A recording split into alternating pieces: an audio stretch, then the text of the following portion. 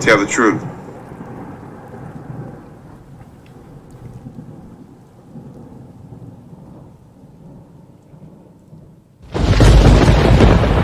Tell the truth.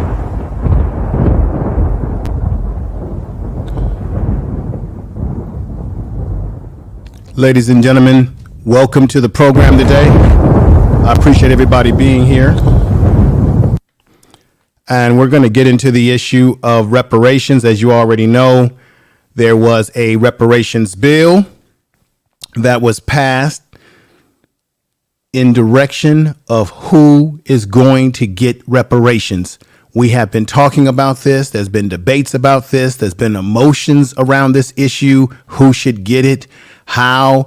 Well, the truth of the matter is the bill in California, the AB 2296 bill, it has come to reality that the bill will be for those descendants of American slavery. Those are black people in America who have lineage to slavery by blood, through lineage of family. And I know there are people out there that are saying, well, I'm black too. Why can't I be a part of it? Well, we know that the Caribbeans, and I have respect for my brothers in the Caribbean and sisters, they have CARICOM. They're fighting for reparations from Great Britain. We know in Africa, South Africans in particular have been battling against the Dutch over the land that was stolen from them.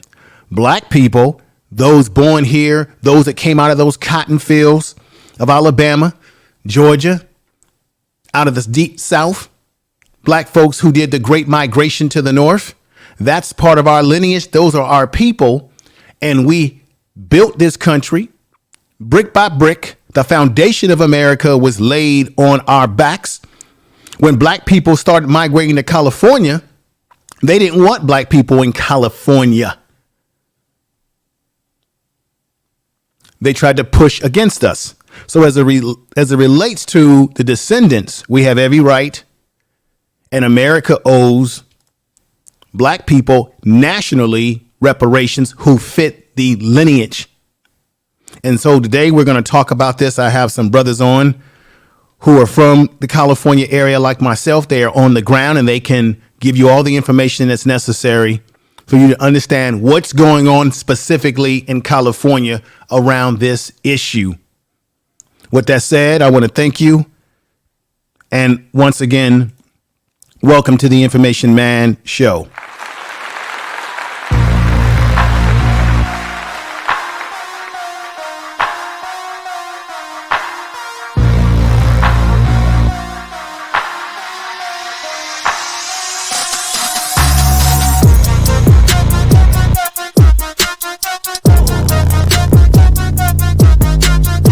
Tell the truth.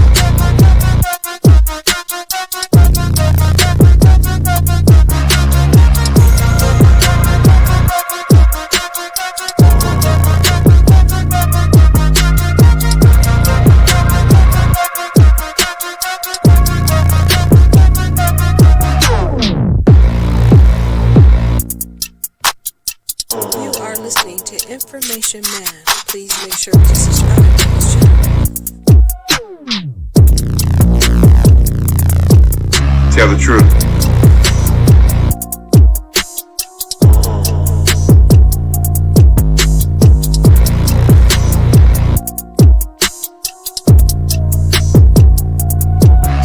Tell the truth.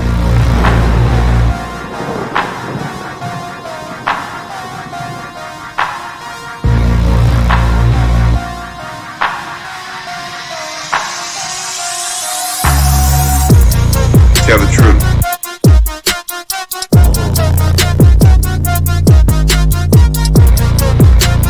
Tell the You truth. are listening to Information Man. Please make sure to subscribe to this channel. Tell the truth. Tell the truth.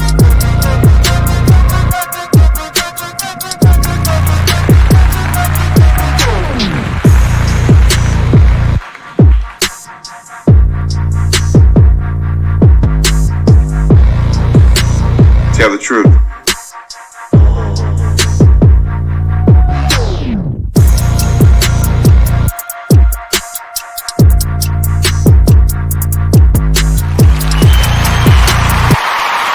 right, ladies and gentlemen, thank you.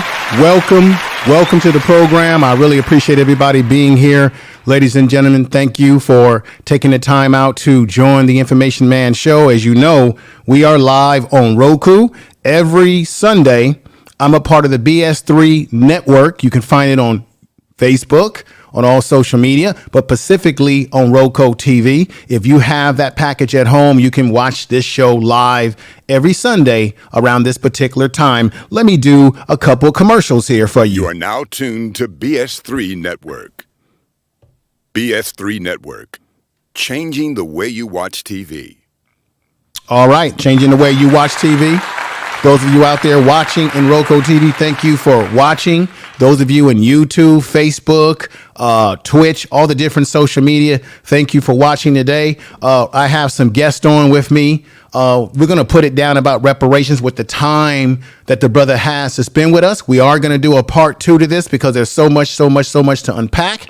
Hopefully we'll have some guests that will come on board the panel, and hopefully we'll continue this conversation even after our guests are gone. I'm going to be sending out a few links to a few people that said that they would like to come on. By the way, I want to say shout out to Jamie Fowler. That's the brother who's been a big part of the ADOS movement, that the organization with Yvette Carnell and Tone Talk. He's the one that was on video going around to the different politicians asking them, what is your thoughts about reparations? Clyburn, are you going to be for reparations, Clyburn? And of course, Clyburn tried to run out on the brother. It made you want to laugh. Okay, so I had a conversation with that brother, and he had some family situations that came up, so he wasn't able to make it today, or he would be on this panel to give you some perspective from that particular the group. We're all a part of this. This is about American descendants of slavery.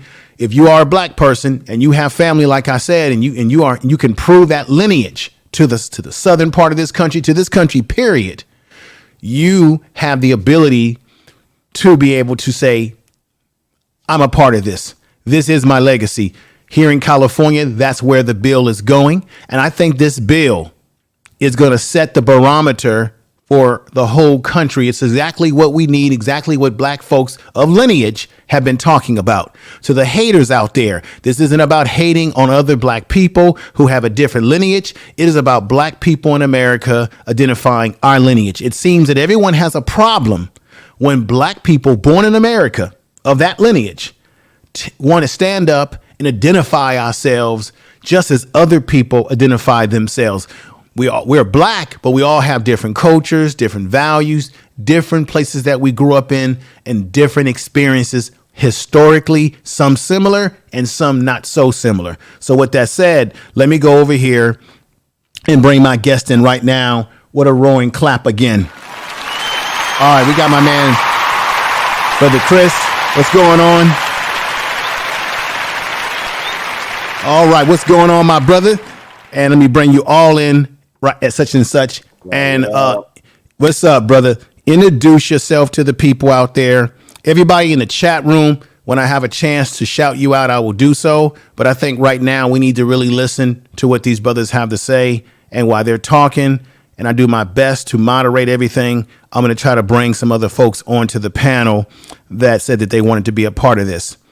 So with that said, I want to thank you again for being here, brothers. Let everybody know, top to bottom, who you are, any organizations that you're a part of, and how did you get involved in the reparations movement overall, but specifically the movement in California. I'll let you go first, bro. Appreciate that. So what's up, y'all? Chris Larson here in Sacramento, California. I am one of the lead organizers for CJEC, Coalition for Just and Equitable California, which is a grassroots California-based coalition of organizations that have been and are fighting for reparative justice and reparations here in the state of California. We were a part of the group and people that actually helped get the law that created the first in the nation Reparations Commission Task Force, which was called AB 3121.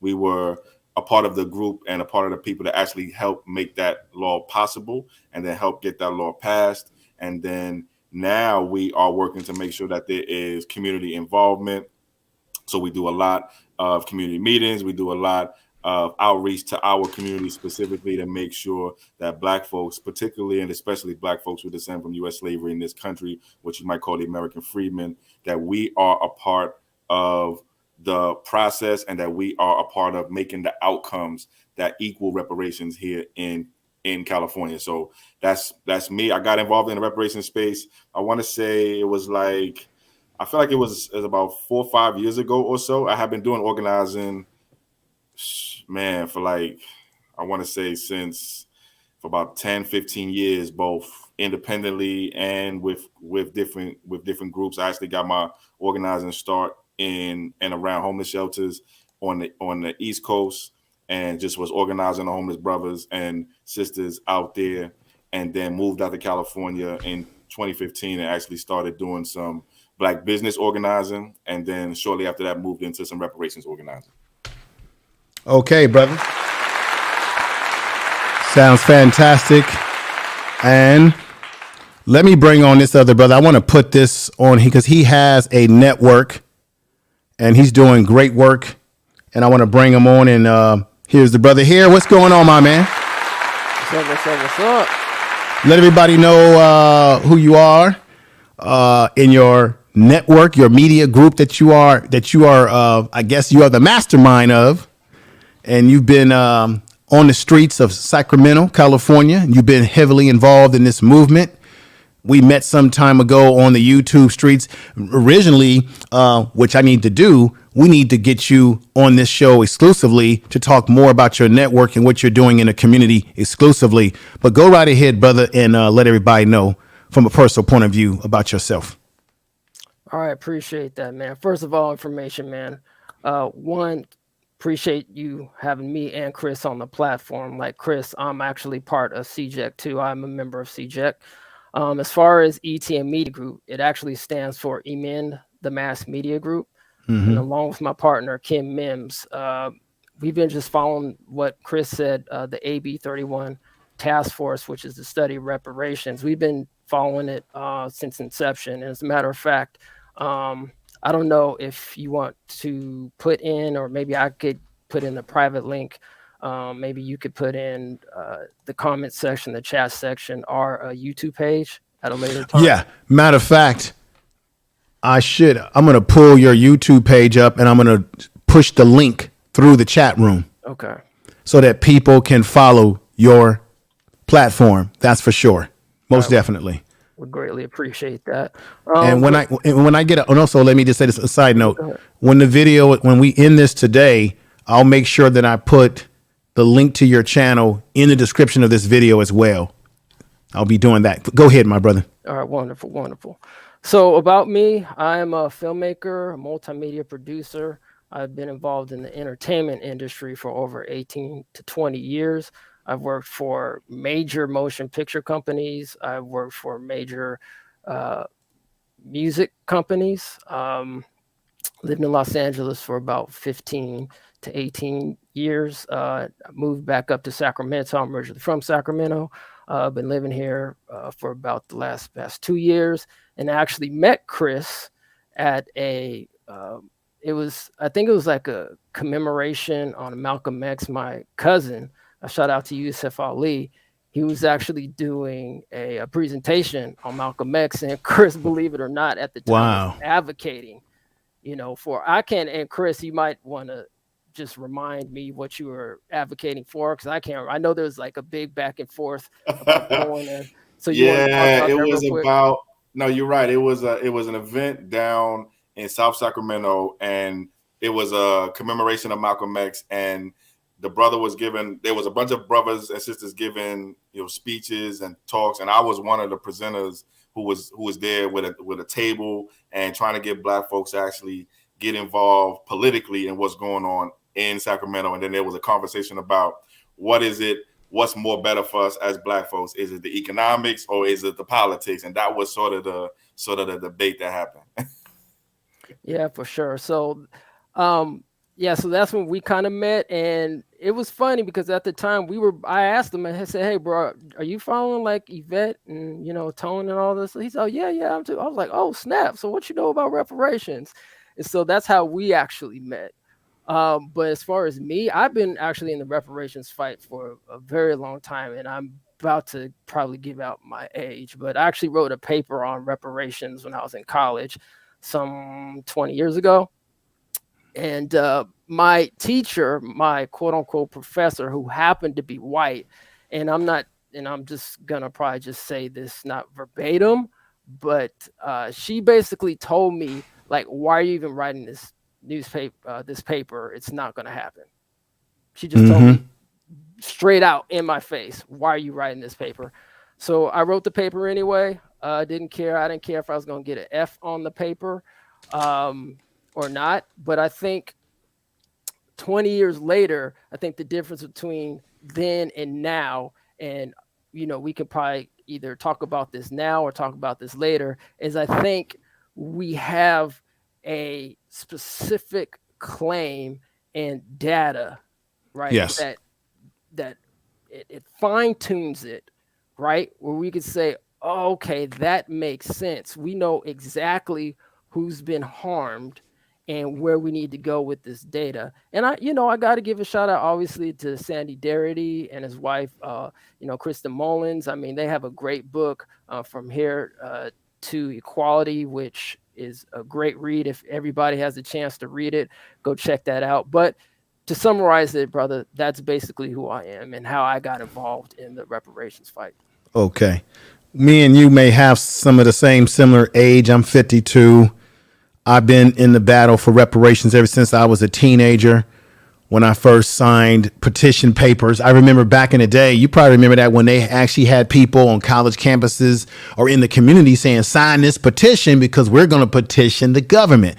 Well, a young guy that I was at that time, or a kid, that was my thought process. Yes, I'm signing this, whatever. I'm for this. And I've been for this for many years. And of course, when you are for something like this as a black person, believe it or not, you go under ridicule from other black people. Your own people will tell you, not only just white society, but you'll have black people, and you have it right here on these YouTube streets, that will tell you black folks don't need no reparation. Or they'll say, well, what they gonna do with the money?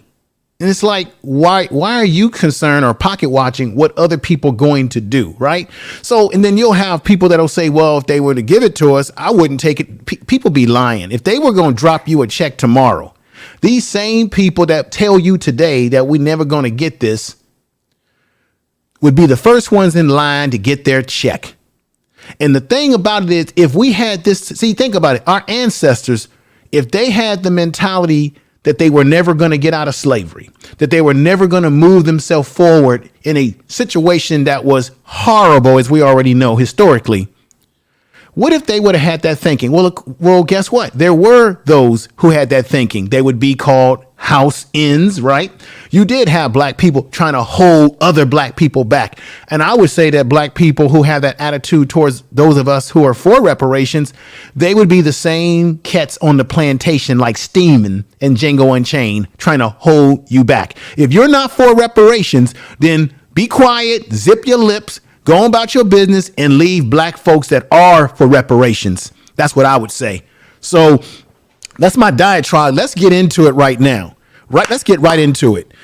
People are wondering. We got my man Coco T. We got Coco T TV, beautiful sister in the house. Back to the basics. We got Trap Vision in there. Brenda King, Rico's in the house. A lot of folks in the house. Brother DOD's in the house. A lot of people are coming in. We're at 75 strong. We're going to see where the numbers go from here. Once again, they're coming back next week. Let's get into it. Can I just go ahead and put this on the screen right now about the eligibility, or do you brothers want to go somewhere else first with the discussion? No, let's go right into it, bro. Let's go right into it. Boom. I want you brothers to, let me take this off the screen here so there's no distractions of any logos or anything on the screen.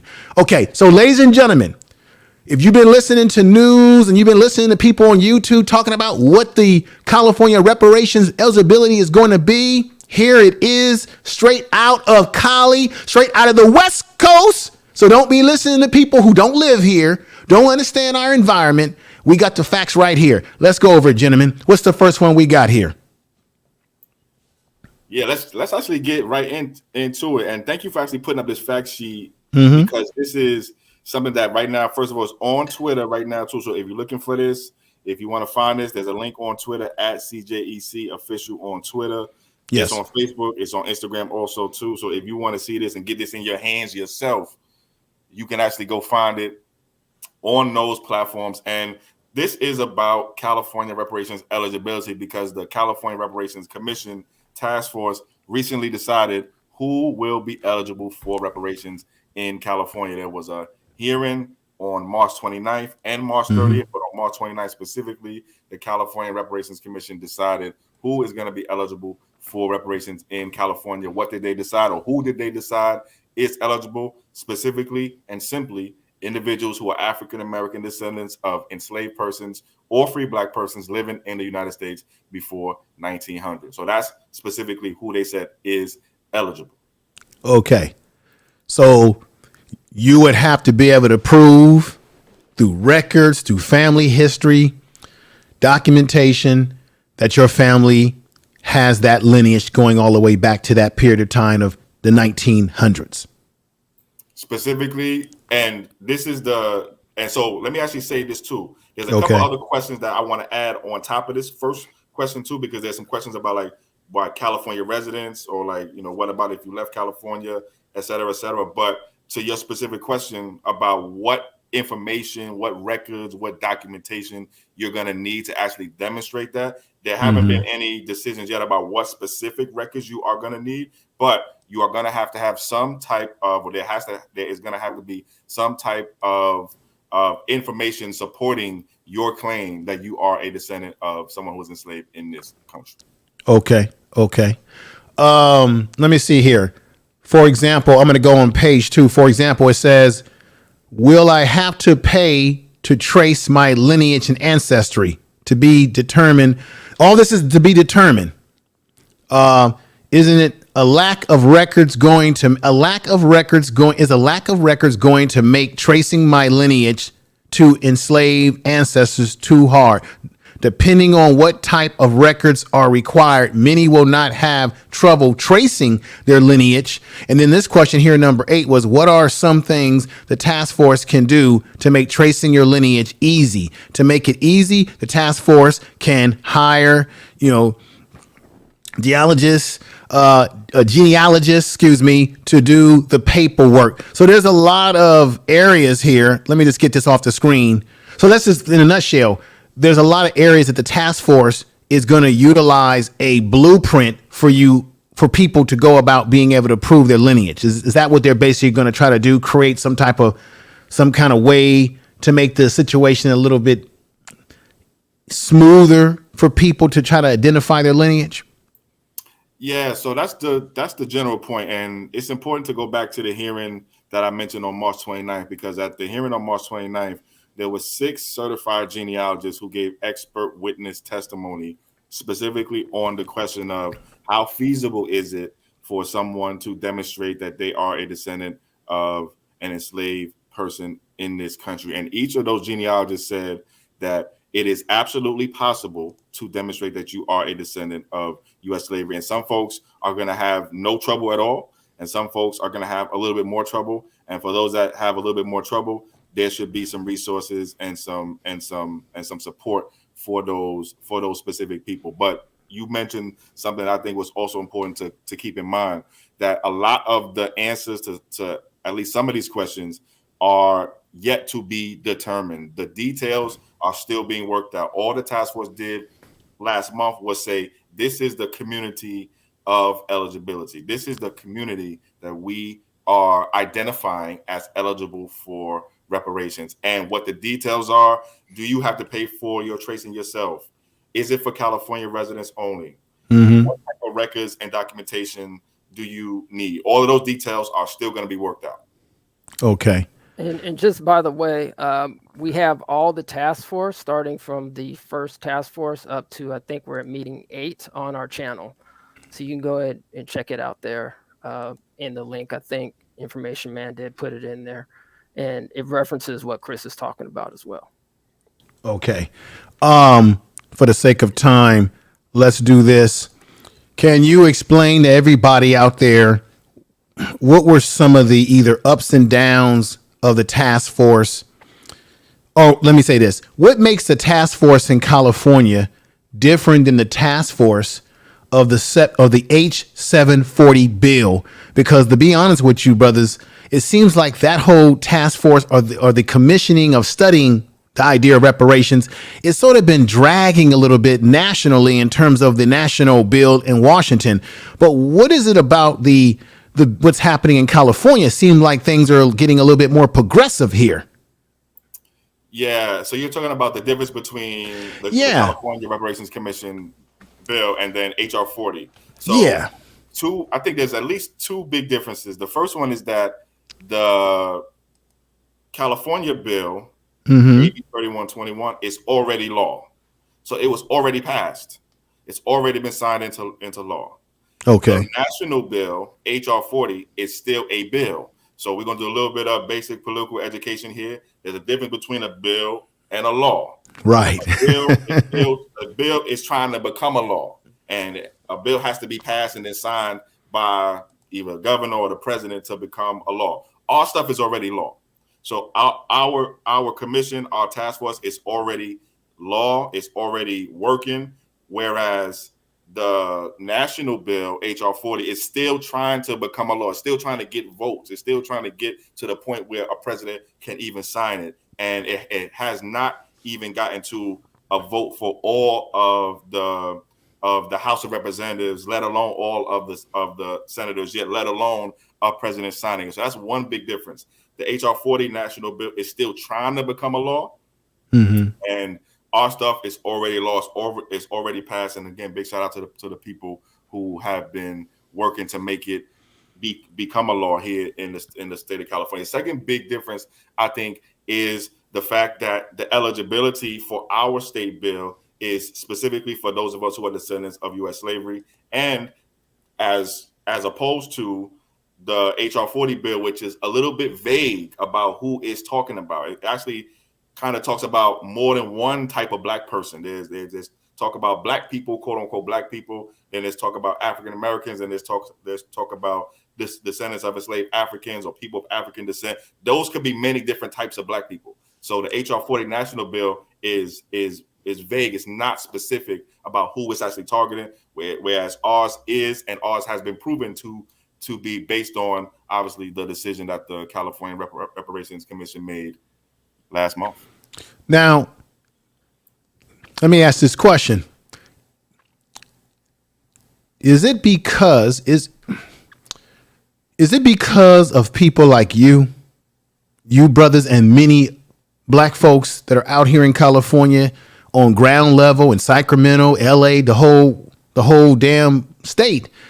Are black people putting more pressure on our government here, our legislature? Is that the reason why this has moved to because I never thought, I'll be honest with you, I was actually shocked when eventually it came out in the wash that they were able to tweak it to being about lineage, because I knew that was a big debate that had become emotional.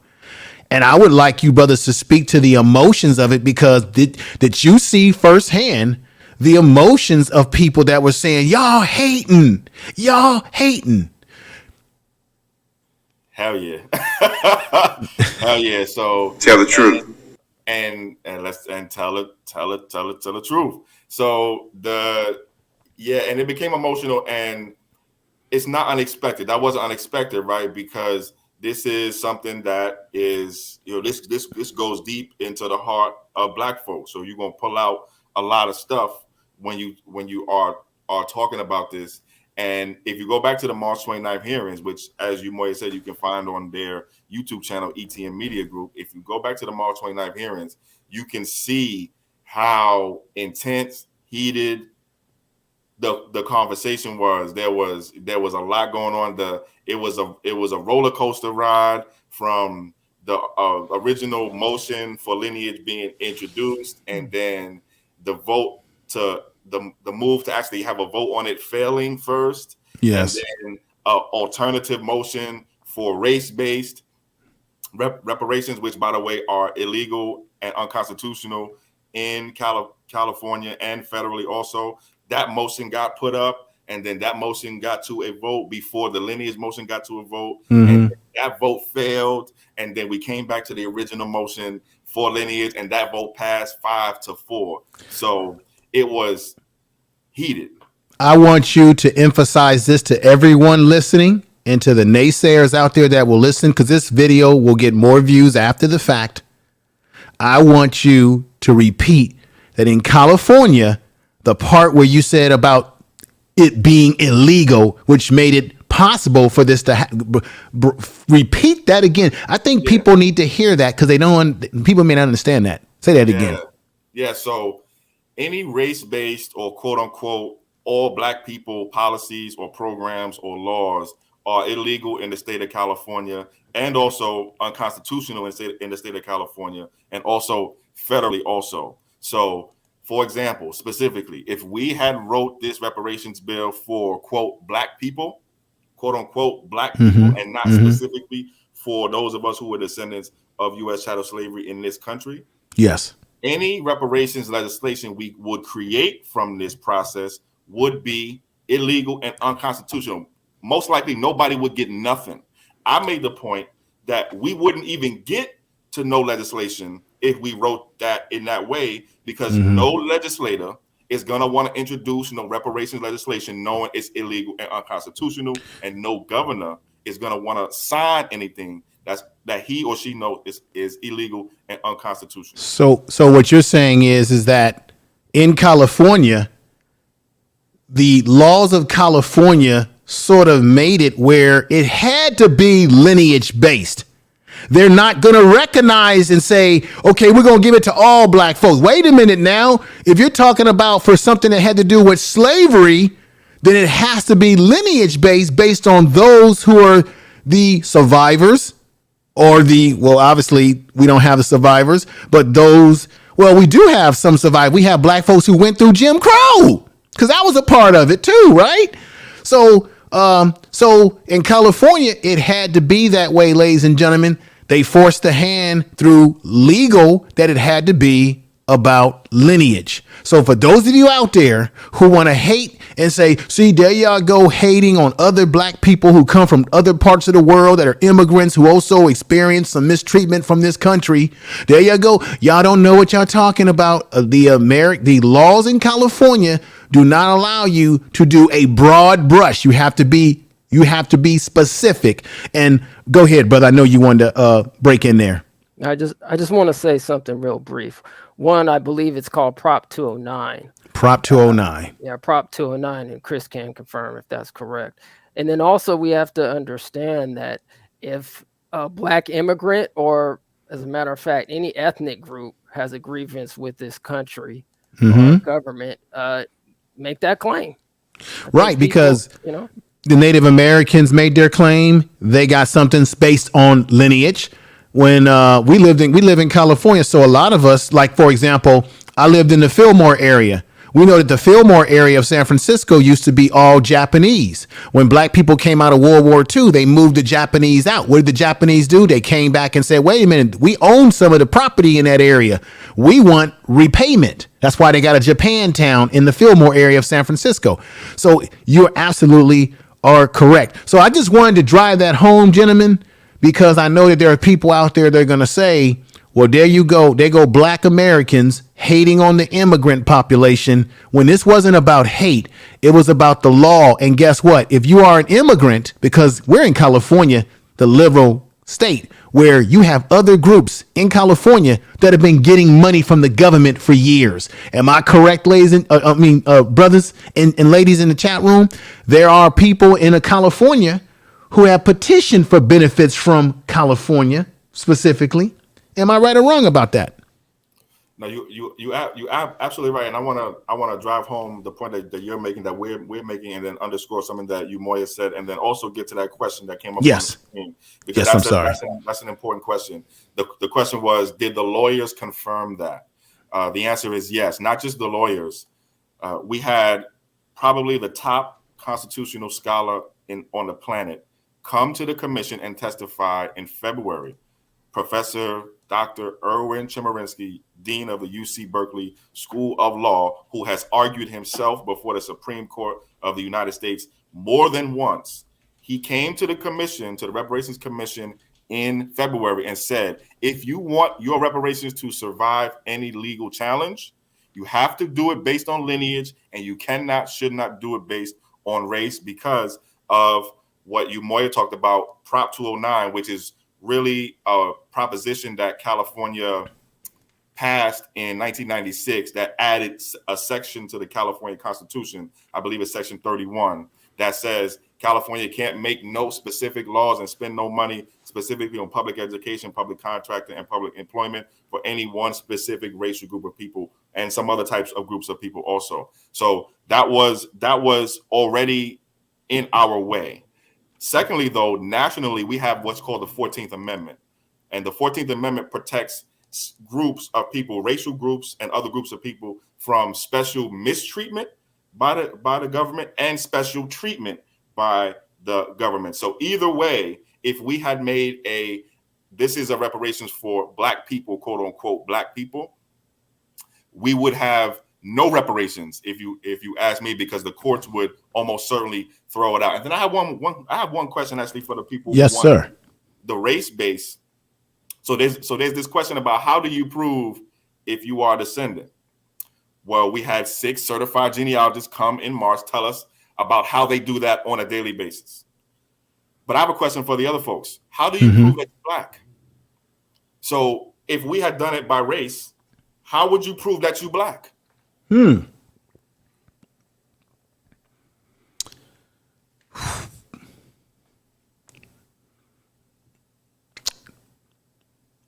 Well, genetics would play a role in it. Testing would play a role in it. It's a tough question because it is a very tough question. African American is a self-identifier. You check a box and say you Black. Nobody asked you to give no blood. Nobody asked you to do nothing special. So we actually turn that question around to those folks who are talking about how do you prove? Well, we have ways to prove our lineage, but how do you prove if you're Black? It's just like when you have immigrants, you have brothers and sisters that come from Africa or the Caribbean, and they go to historical Black colleges or a college, and they don't put on the application, are you from Africa or Caribbean? They just say, are you Black, African, or origins? And they will sign Black, and then they will get the benefits of being able to get into whatever school based on whatever Black people that were born here who were out there marching and busting their behind, that opened up the door for immigrants to be able to come in this country, and also opened up the door to our educational system, because it was Black Americans who were the ones out here getting dogs put on us. Our ancestors got dogs put on them. We got harmed, beat upside our heads, that made it possible for other people to come here and walk down these streets. And people tend to forget that part of it. I have to ask you this. How could the bill, this magnificent bill, I want to say the AB 2296, how could this be a blueprint to open up the door for Black people who have lineage to be able to copycat what California has achieved in their own state? Do you think that there's a way that you'll see this being repeated in other states across the country? So I want to actually just share some information here. Oh, okay. The bill that created the California Reparations Commission is AB 3121, AB 3121. The bill that you have on the screen, though, it's important to highlight too. It's AB 2296 because that's actually a new bill that actually is trying to extend the life. Okay. For the term. AB 2131. It's AB 3121. 3121 is the original bill. Let me put that in there. Right. 3121 is the original bill that created the California Reparations Commission, signed by Governor Gavin Newsom in 2020, and that's the bill that all of us worked on and worked to get passed. And then this new bill, AB 2296, is a bill to extend the life and the term of the California Reparations Commission by at least one more year. So it looks like they're trying to extend it through 2296 to 2024.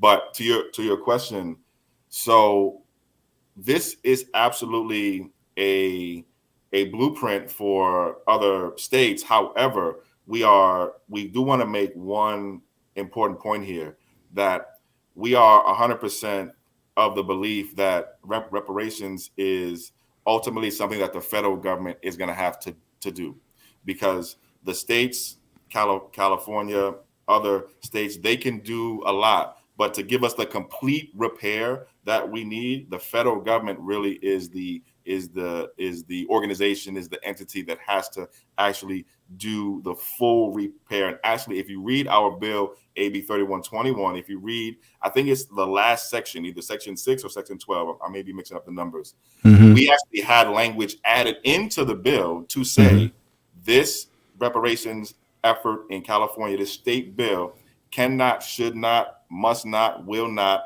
stop the federal government from doing what it needs to do to give us that full repair. Okay, so when you talk about repair, let me throw this on the screen right here real quick. So when we talk about medium household wealth by race in education, 2009, you can see right here that this is the money that black people make, Latinos, whites, when you have less than high school education. Black people, $10. No, black people at $8, $10 for Hispanics or Latinos or people of that ilk, $47 for white folks. If you have a high school, this is 2019, so that wasn't too long ago, folks. That is not too long ago. Still holds true now. With a high school education, black people are at $14 an hour, $47 for Hispanics, $115 for whites. And an associate's degree, you see black people are at 43. White people still have generational wealth. Even with a bachelor's degree, white people and even Hispanics now are creeping up above us. A postgraduate degree right here, white people at $597. 97, black people at 115, Hispanics at 243. I want to just put that up there. And then this was a chart that went back a little ways, but you can see American racial wealth gap. You see where Hispanics are. They are a little above us, believe it or not. White people clearly above. And then let me throw this up here real quick. And you see here, racial wealth gap in the United States. Black households have 153 lower medium net worth and 26% lower income than white households. They are also less likely to own a home, business, or stocks. So when you talk about generational wealth, this is a chart that just kind of breaks it down from income to net worth, home equity, the whole 9 yard, checking and savings. The green scale is where black people are. The blue scale is where white people are in America. And how did white people get to this point? They got to this point because of generational wealth. They were able to pass the wealth down from one generation to another, wealth that they were able to accumulate when it came to the enslavement of black people with lineage in this country, which we built this country, the cities, everything that you see. They were able to make money and profit off of us, which even if a white person says to you today, well, I didn't own slaves. Yeah, but you benefit from what your ancestors did. It trickled down to you. I just wanted to bring that up, brother. I think that's an important piece to add to this. Yeah, let me actually say one thing on that too, and so I might actually do got to break out, but I am going to come back next week, and the reason why I have to leave actually early is because I'm actually doing a volunteer training. So for those who are interested in actually getting involved in the California reparations work, go to our website, cjec-official.org. I think it was in the chat a couple of times too on YouTube, and get on our email list, get on our mailing list, so that way you can actually get involved on the ground for some of this advocacy and community engagement work. So I'm actually going to break out and go train some new volunteers. But to your point though, brother, that first chart that you showed is an important chart, because it shows something that I think we want to say as often as possible. A household where the black family has a college degree has less wealth than a household where the white family never graduated high school. Right. Let's put that back up real quick again. Right Okay. there, you can see less than a high school education. Right. They're still making $47 to the buck. Well, we're at $8 to the buck. Right. With a college degree. So that tells you that's just part of the story for how wealth is transferred, and the wealth that is transferred through white families actually was originally our wealth and the wealth that we generated through slavery and through Jim Crow. And it's not a matter of just going to get a college degree that's going to fix that, or going to get a better job that's going to fix that, or going to pull yourself up by your bootstrap in other ways is going to fix that. Reparations fixes that. So that's the last thing I want to say. I'm gonna leave you in good hands with my brother, you Moya here. Okay. But let me get this. Let me squeeze one thing from you. What's up? What do you want people to get out of their mind about the reparations bill in California? Because what is the misnomer that you would want people to steer themselves away from? If you could leave us a tad bit before you go.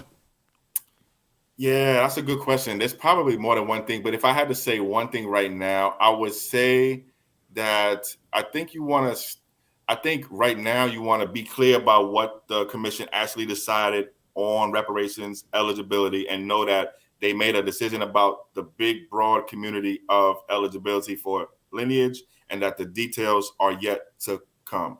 The second thing I want people to take away is that when it comes to what reparations will actually look like the forms of reparations, that the task force is just getting to the process of deciding what will actually be inside of the reparations. So I know over the past at least week or so, there's been question about whether or not there will be cash payments in it. Well, I'll let you know this. Legally, in the law that created the Reparations Commission, the task force is legally required to consider all 5 forms of reparations recognized by international law. What are those 5 forms?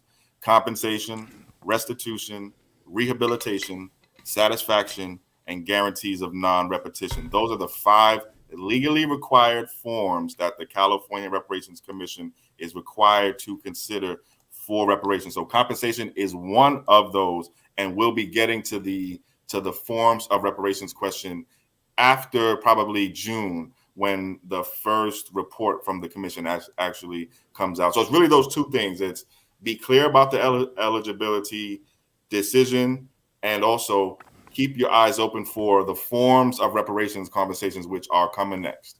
Okay. And I'll be in contact with you as well, because I need to, as I said before we went live, I need to attend and get involved with what's going on from the administrative level, on the ground level of where you guys are looking at things administratively. You know what I mean? There's one thing, we went out in Raleigh together. There's one thing to go out in Raleigh, but there's another when you go to the meetings and you have to read through the documents and have an understanding of that to digest it. Because I agree with Yvette Carnell. She says that being involved in the reparations movement requires you to be involved in politics. It's gonna take politics. You can't just get on YouTube or any social media and just say, we're gonna get reparations. Let's name ourselves this, without the politics that's involved. Even Brother Fred Hampton, the great Black Panther himself, said that Black people need a political education, and that's very important. So thank you, brother. I know you have to go. Yeah, I gotta get You're leaving me in great hands here. And look, we're going to try to do this if possible next week if we can. If not, we're going to find a date. But there's more to unpack, because I want people to know more about the organization that you are a member of, both of you are a member of, and all the things that you've been doing intimately on the ground. So thank you again. Thank you, brother. And happy to come back next week. Okay.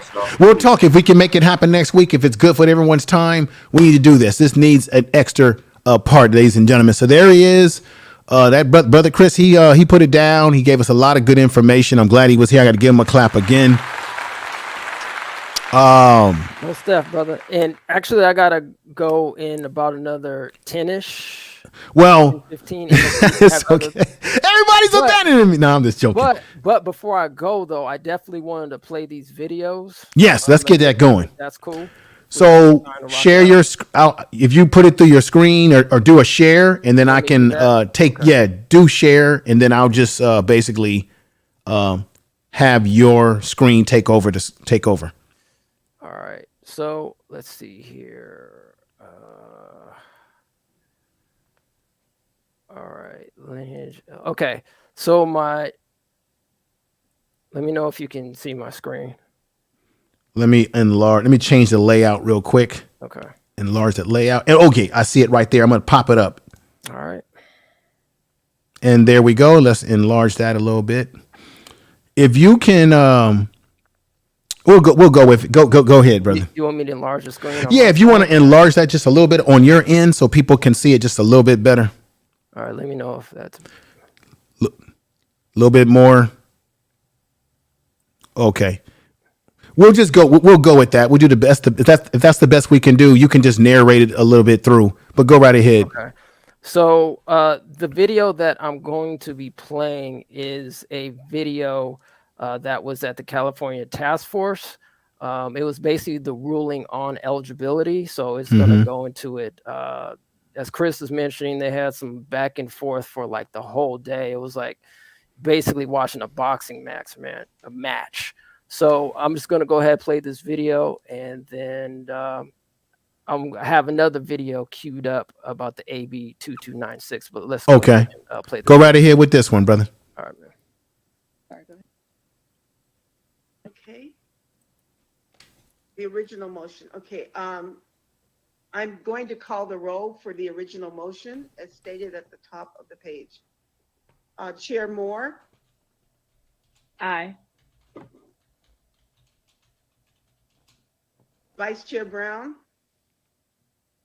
Aye. Member Bradford. Aye. Member Grills. No. Member Holder. No. I'm sorry. No. I'm sorry. Member Holder voted yes. Aye. No. She voted. Can you repeat? No. Thank you. Member Holder voted no. Nay. Member Jones Sawyer.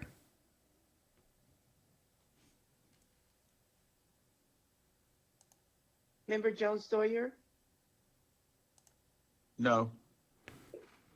I'm Thank you, sorry, everybody. The paper is hiding you all, so I can't see if you can I said speak. no. Thank you. Member Lewis. I'm sorry, Member Jones Sawyer voted no. Member Lewis. Aye. Member Lewis voted aye. Member Tamaki. No. Member Tamaki voted nay. Member Montgomery Stepp. Aye. Member Montgomery Stepp voted aye. Madam Chair, there were 9 members voting. 5 members voted aye, and 4 members voted nay. Thank you. There are 9 members voting, 5 members voted aye, 4 members voted nay. The ayes have it, and the motion carries. So the community of eligibility will be based on lineage determined by an individual being an African American, descendant of a chattel enslaved person, or the descendant of a free Black person living in the United States prior to the end of the 19th century. And we will use this community of eligibility standard to instruct the economic consultant team with next steps.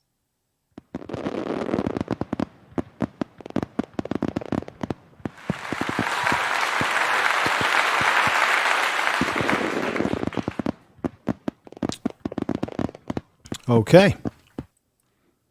So All right. that's what we wanted everybody to hear. That, to me, that was music to my ears to hear that at that final end. Everybody in the chat room, thank you for the super chats. Great show, Information Man, and thank you to your guests. And we're going to show another video. And ladies and gentlemen, the show's not going to end just yet because I'm probably going to convene a panel after this to get your thoughts about what you just heard today. so that you got it here from people in California that are doing groundwork. Brother D, are you ready for the next video that you want to show the folks? Yeah, so before I cue it up, this is going to be on, I think, Information Man. You said AB 2296. I think you had it up somewhere. Yeah. Yeah. Well, I tell me if I'm mistaken here. I don't want to be mistaken, but this is what I had up before, which was the one that they were talking about all over the news. This is the one that I had up here. Okay. Correct anything that needs to be corrected. Right. So the AB 2296 is actually the extension of the current bill, AB 3121, which is now into law, which did pass. Right? So AB 3121 is now into law. Correct. And then AB 2296 is the extension of that, which has now gone further into now defining the language of the bill as to who is eligible for said reparations. Am I correct, brother? No, it's actually not changing any language in AB 3121. It's just an extension. For the California Task Force to continue. Okay. But okay, I guess what I'm trying to say is that we now have a task force, a committee that has approved that it will specifically be for those who can prove lineage. I guess that's really what I'm trying to say, that it's moved to that level now. That is correct.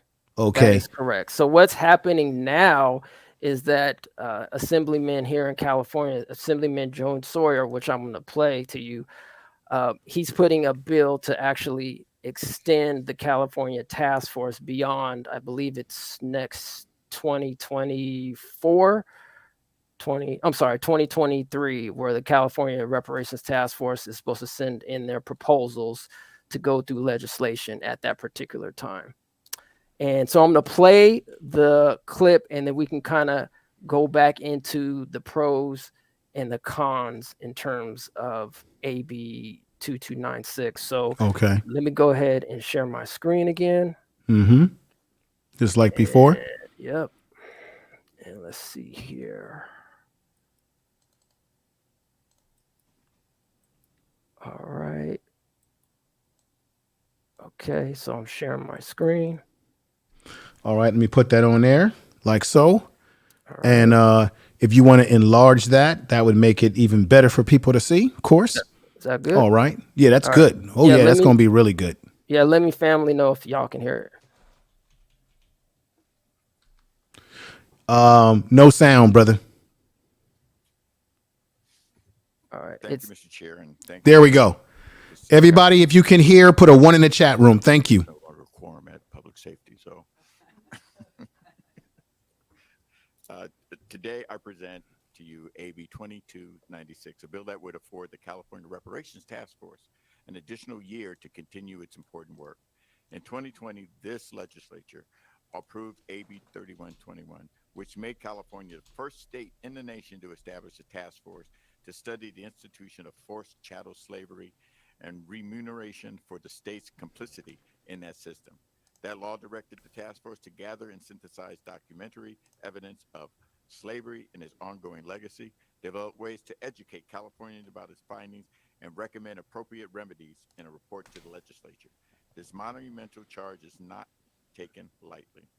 With the help of the incredible team in the civil rights divisions at the Department of Justice, the task force is working to ensure that we gather as much evidence as humanly possible and produce a report that can be used as a starting point for other states and ultimately the nation. To that end, the task force is humbled by the countless hours of testimony and thousands of pages of documents from agencies, historians, archivists, economists, businesses, legal experts, families of former slave owners, and the descendants of slaves and sharecroppers. This work takes time, and even after the preliminary report is published, there will be undoubtedly be work to be done beyond the current July 1, 2023 sunset date. The slaves who built this country, their descendants, and all those impacted by the whips and chains of human subjugation deserve a complete and thorough examination of the system that entrapped us. As the Secretary of State, Shirley Weber, often states, 400 years of oppression will not be solved in 400 days. AB 2296 will provide the task force with expanded timelines so it is able to continue executing its vast scope of duties and develop thoughtful recommendations with the careful consideration they deserve. Thank you, Mr. Chair and members, and I respectfully ask for your aye vote. Thank you. We will pause and establish a quorum. Stone, Here. Cunningham, Davies, Holden, Calra, Kylie, Mainshine, Reyes, Rivas.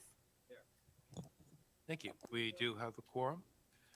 So thank you. There is a motion and a second. Thank you. All right. Is there anyone here in the hearing room who would like to speak in support of AB 2296? Seeing none, operator, would you open the lines for anyone who would like to speak in support of AB 2296? Ladies and gentlemen, to speak in support of 2296, press 10, please.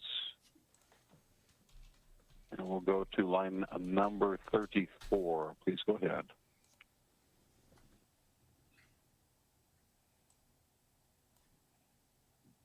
Line 34, Jennifer, please go ahead. Oh, hi, this is Jennifer Rexrug from California Alliance of Caregivers, and I was in queue for AB 2309, and I respectfully ask that you would accept our support for AB 2309. Thank you. Thank you. And moving on now to line number 22. Line 22, please go ahead. Good morning. My name is Claudia Echeverria, calling on behalf of Community Health Councils in Los Angeles County in support of AB 2296. Thank you. And Mr. Chair, there are no further commenters in queue this time. All right. Thank you. We will now move to opposition. Is there any opposition in the hearing room to AB 2296? Seeing none, operator, would you open the lines for any opposition to AB 2296? To speak in opposition to 2296, please press 10.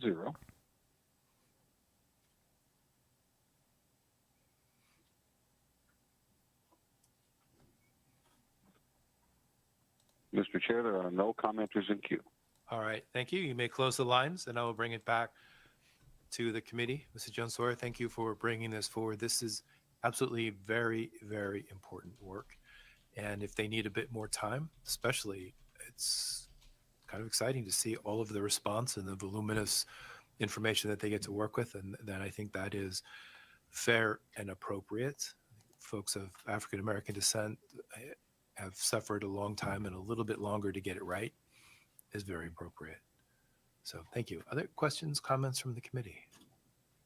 All right, seeing none, you may close. I respectfully ask for your aye vote. Thank you. And then you can get back to your committee. All right, AB 2296, the motion is due pass to appropriations. Call the roll. Stone, Aye. Stone, aye. Cunningham, Davies, Holden, Calra, Kylie, Mainshine, Mainshine, aye. Reyes, Reyes, aye. Rivas, Rivas, aye. That needs two more, so the bill is on call. Thank you. All right. So I'm going to stop sharing my screen here. So yeah, family, that's the boring stuff that we often have to follow here on in the Mass Media Group. But, you know, as was mentioned before, you know, Yvette's right. You know, once you get involved in reparations, you start understanding how, you know, politics works, and especially how bills go through from inception until it finally passes. Right now, AB 2296 is currently in, I believe it's in appropriations in what they call suspended file mode. So before they actually, I think they still need to go through the Assembly and the Senate for it to get approved. Now here's the pros to that, right? That means that the pro is, and I don't know, maybe folks in the chat can respond or not, that's up to y'all. The pros about it is that if the task force feels like they don't have enough information or so forth to give to the legislation for their proposals at the particular time. Yes. And they extend AB 3121, which will then be AB 2296, then that, I guess, can be looked as a positive. The negative about this is that the longer, obviously, that you give your proposals to make to the legislation, right, the longer it's going to take for Black folks who right now we're literally getting obliterated economically, right, off the face, not necessarily the planet, but specifically, we could talk about America specifically, right? The longer that is going to take for proposals, cash payments, land grants, schooling, whatever proposals that are going to come up, Yes, to then be distributed to Black people, right? So there's kind of those two arguments. And so I want to propose this to you. What do you think? Do you think the California task force should have more time, or do you think they have enough time and enough information to go forward and to give proposals to the California state government? I believe because we've now have it narrowed down to lineage, because that was the big argument. You have a lot of people talking about, well, who's going to get it? Who going to get it? Because that's what you hear people saying all the time. So now that they've narrowed it down, they have narrowed it down to lineage. That ends and puts away the argument from anybody saying who gets it. We already know now who gets it. Now it comes into question how they will go about being able to help people to prove their lineage, right? So we got the baseline of where we're going here. I think that they should move forward with this proposal because you've just now decided that it's about lineage, because that was the big argument from the get-go about who's going to get it. So I think that they should go forward because we have enough historical history in this state, in this country, to be able to prove out what has happened to Black people, not only in America, but specifically in California as well. And the procedures about trying to identify people is not going to be as difficult as people make it out to be. So that would be my position right now, because the HR 740 bill in Washington has been staying stagnant. That bill has gone stagnant since I was probably in my 30s, and I'm 52 years old now. It's been stagnant. It hasn't gone. It has. We don't hear any update on as to where they are. They're not even at the idea of lineage with that bill. But maybe this particular bill, maybe the 3121, will finally compel the movement nationwide. What's happening? California, I think, will set the barometer with what's going on here. This is why we do have to go forward. What is your thoughts? I agree. I mean, I am, since I've been kind of involved. Yeah, you've been involved, since the inception. And as a matter of fact, we're actually working on our platform as well. We do have a show. It's called Subpoena Power, and the community actually comes in because one of the, I guess, tasks of the task force is to actually do proposals to subpoena industries and state to see where Black people have been harmed. Right. So yeah, give me 1 minute, and I want you just to not go anywhere. Real Dana has just come in. She's in the chat room right now. I really wanted her on the panel to ask some questions. I want her to come up and ask you some specific questions, or maybe we can let her know where things have gone. So, Real Dana, I did send you a link to your email. I don't know if you got it, but what I'm going to do is I'm going to drop a link in the chat room for you if you weren't able to find it in your email. This link is specifically for the Real Dana to come up and ask specific questions. And then I'm going to invite other people up in just a little bit, but I want her to, because she was actually supposed to be a guest on the program today.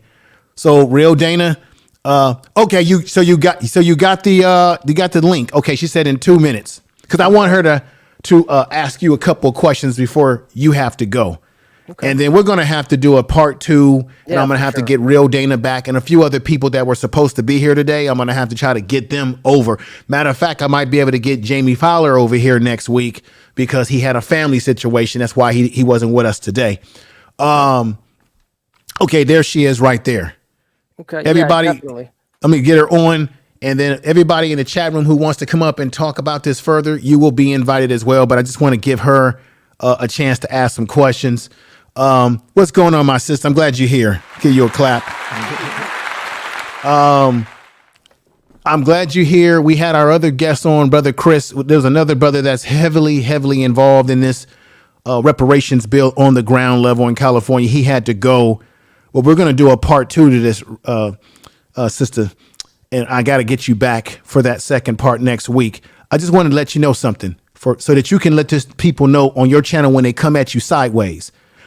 One of the reasons why they were able to make the bill about lineage in California, if you didn't hear this earlier in the show, is because in California, it's illegal for you to do a broad-based reparations type of bill. You can't say all black people, just black people blinkly. You have to specify.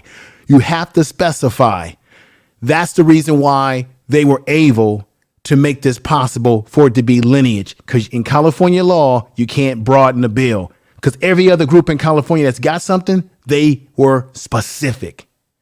So for the knuckleheads that come at you and say that, that's how the law works in California. But if you look at every other group in other states, they get bills specifically for them, whether that's the law or not. And I think that is something that Black people need to be on code about. And also, I love what is going on as far as this reparation bill in California. And it's really is just the beginning. Mm-hmm. But like they always say, what happens in California, so it goes the rest of the nation. Yes. So hopefully, that this bill, the reparations bill in California, can start a trend of other bills in other states, especially in these blue states, because if you want the Black vote, you need to start talking about reparations. Yes. And I just interviewed Greg Marcel Dixon. Mm-hmm. I think he'd be great to come on your platform and interview. He's running the 6th district in South Carolina against Jim Clyburn. Yeah, I want Jim Clyburn out. And his motto is, if you fix Black America, you can fix America. And that's and he's pushing for reparations, especially in South Carolina. And, so it's like all these politicians, especially the Black ones, they give all these bills, they sign off on the bills and promote and support all this legislation for natives and everybody else, but not foundational Black Americans, and that is a problem. And I think we need to put the pressure on them. You cannot keep relying on these politicians, especially like a Maxine Waters and that stunt she pulled last week with the homeless. So right. I just think what y'all doing in California with that organization is great. And I definitely support it. So the brother we have here from ETM Media Group, they're involved in there's an organization in California. Let me put this on here. And this brother's involved, and I'm going to be involved as well. Are you talking about the Coalition for Just and Yeah, I'm about to put that on the screen for everybody to see. So, yeah, the Coalition for the Unjust and Equitable California. I'm sorry. Tongue-tied there. Can you explain again to everybody, brother, what exactly this organization is in California as it relates also to the reparations bill, originally the 3121, which now has been extended into 2296 AB? For sure. Well, first of all, Dana, thank you for coming onto the platform. I'm actually appreciate what you're doing on your platform. So thank you for that. In terms of the Coalition for a Just and Equitable California, it's a group of people, of individuals that basically fight for reparations out here in California, just to sum it up. We've been involved on the ground floor since 2018, 2019, and been following the AB 3121. Some people who we are associated with actually had been involved in actually writing the bill and the current language that's in the bill and updating what's in the bill right now, which is very important, right? Because at first there wasn't that lineage specificity in the bill that there is right now. And I think at the time, I want to say Marcus Champion is his name. He's been actually interviewed on the California task force as well that helped out with that. And Chris actually was involved in that as well. But there's also people even behind the scenes, even before that, that definitely champion for it. And, shout out to Dr. Shirley Weber, who's currently, then I think she was either in the Senate or Assembly member. I can't remember at the time. But anyway, she's Secretary of State who authored the bill, AB 3121. So, we're all just trying to be on code. We're trying to really be specific in who was harmed. And as I said before, I don't know, Dana, if you heard our conversation earlier, but we're not against any immigrants, of any Black immigrants or anything like that. Let's keep that clear. If there's anybody else that has a grievance with an organization or corporation, or specifically the federal government or your state government, then you go ahead and you write your bill, you be an advocate for that. You do that. But we as Black people who've been here for 400 plus years, we have to be specific because we've always been bottom caste in everything, and we're still at the bottom caste. So hopefully that kind of brings it up to date for the CJEC and what we're doing out here. Okay. I want to bring this on the table too. In terms of the economics, I know when Judge Joe Brown was on your show, he sort of spoke of that California didn't have any money for this. And he also mentioned that, well, it's not new. California, we've always have had this idea of pushing a reparations. The idea of reparations is not new. Black folks have always had this in their mind and have always wanted it and always fought for it.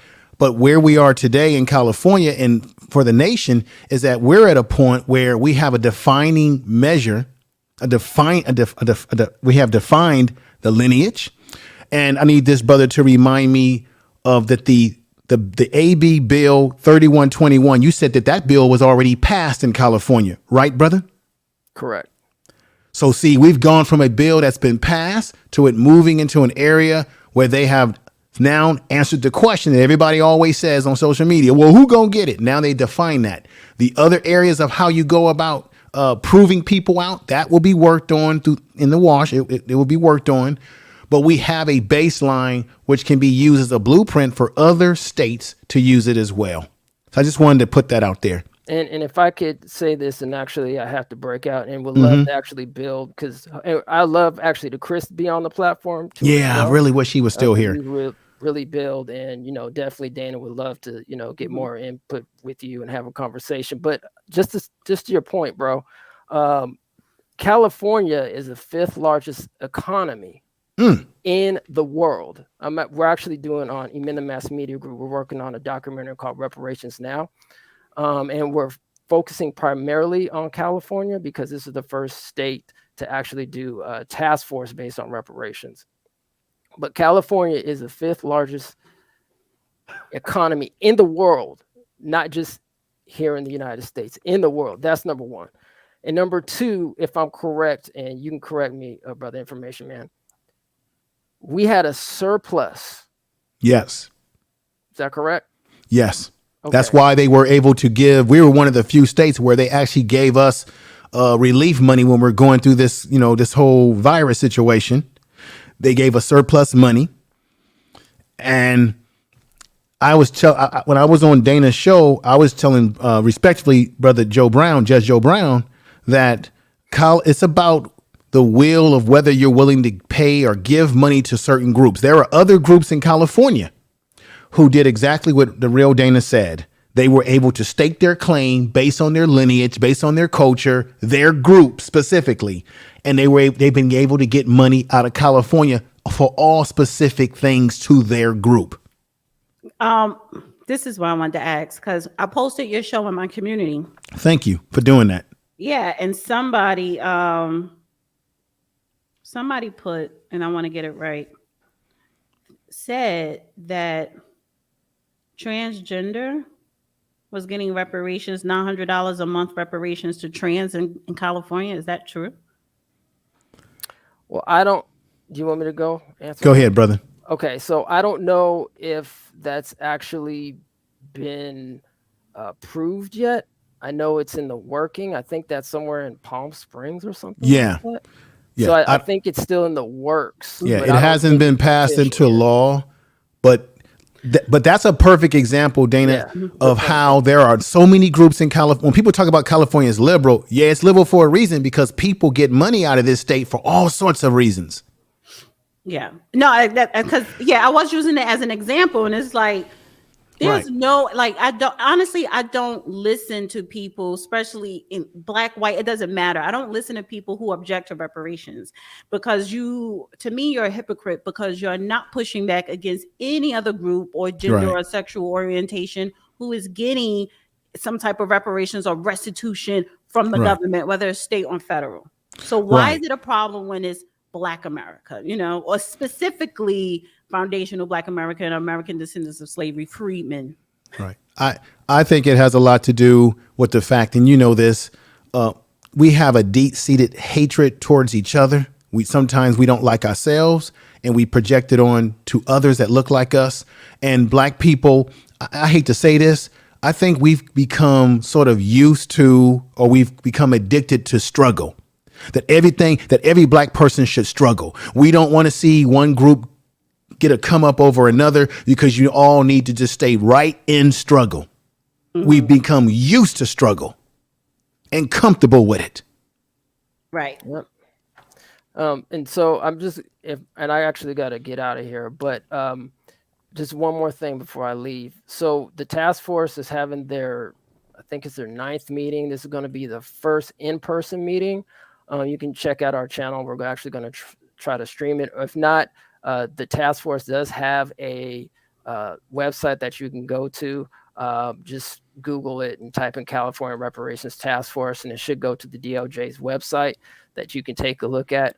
As I said before, we've been following it since inception, and it's the 9th meeting, but this is going to be the first in-live meeting. Everything's been virtual on Wednesday and Thursday. So definitely pull up.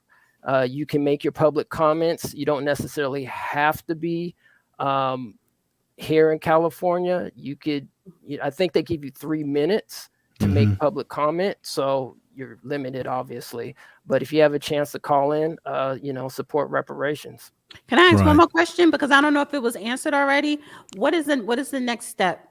Because now it's to determine who's going to get it, but what is the next step that you guys are fighting for, working on?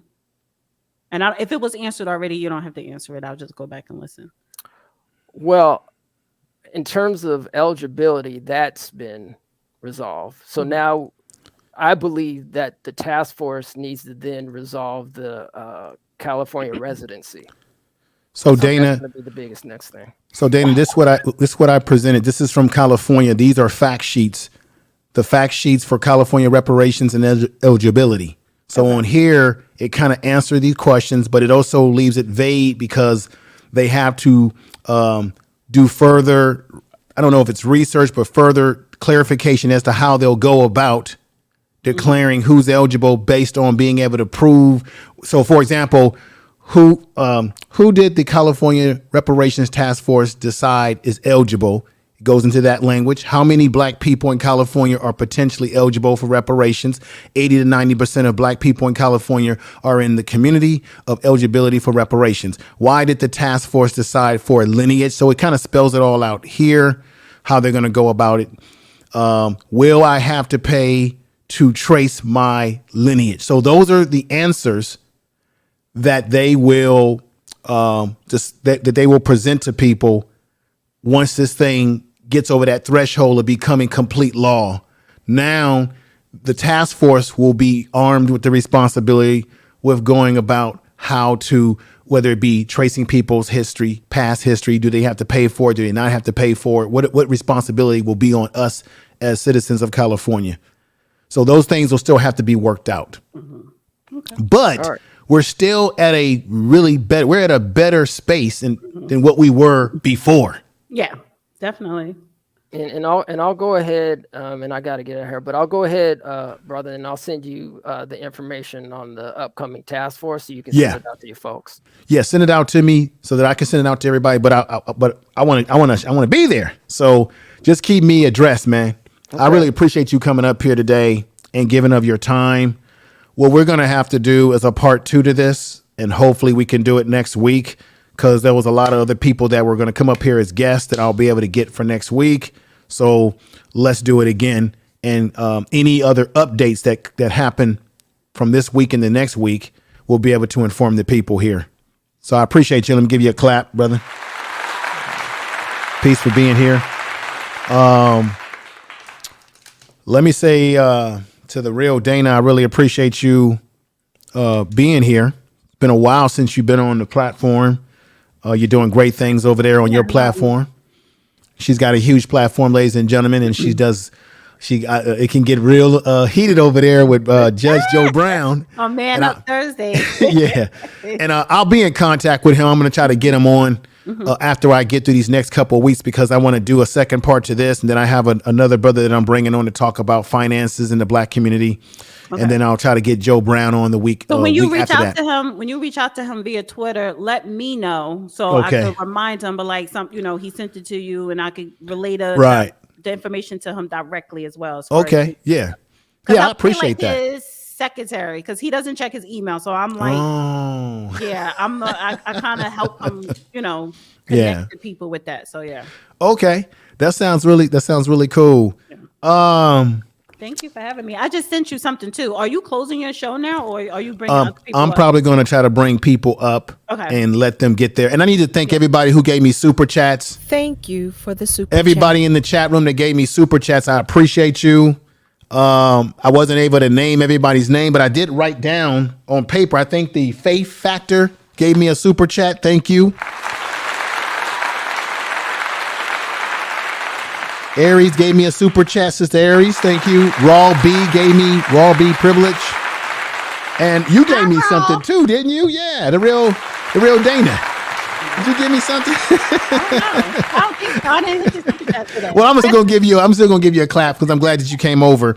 Yeah. So, ladies and gentlemen, what I'm gonna do is I'm gonna drop a link for anybody who wants to come up and give their opinions about what they just heard today. I think this was a really good show, because the brothers really dropped some much needed information to dispel a lot of nonsense. Right. Because people are going around saying things that's not true. And let me say shout out to Nappy Yankee. If you want to come up, brother, you're more than welcome. And thank you, real Dana. I'm sorry about that. She's gone, but I'll be in contact with her, ladies and gentlemen. I'm going to try to get her back next week. And that's right. Judge Joe Brown will be coming to the platform at some point in time. And we're going to have a conversation with him, a real candid conversation about a lot of different issues. But I want to thank the real Dana. Go check out her channel, huge channel. Does great numbers over there. Gets in really heavy topics. It can get emotional over there when she's debating with Judge Joe Brown. Oh God, it can get very, very powerful over there.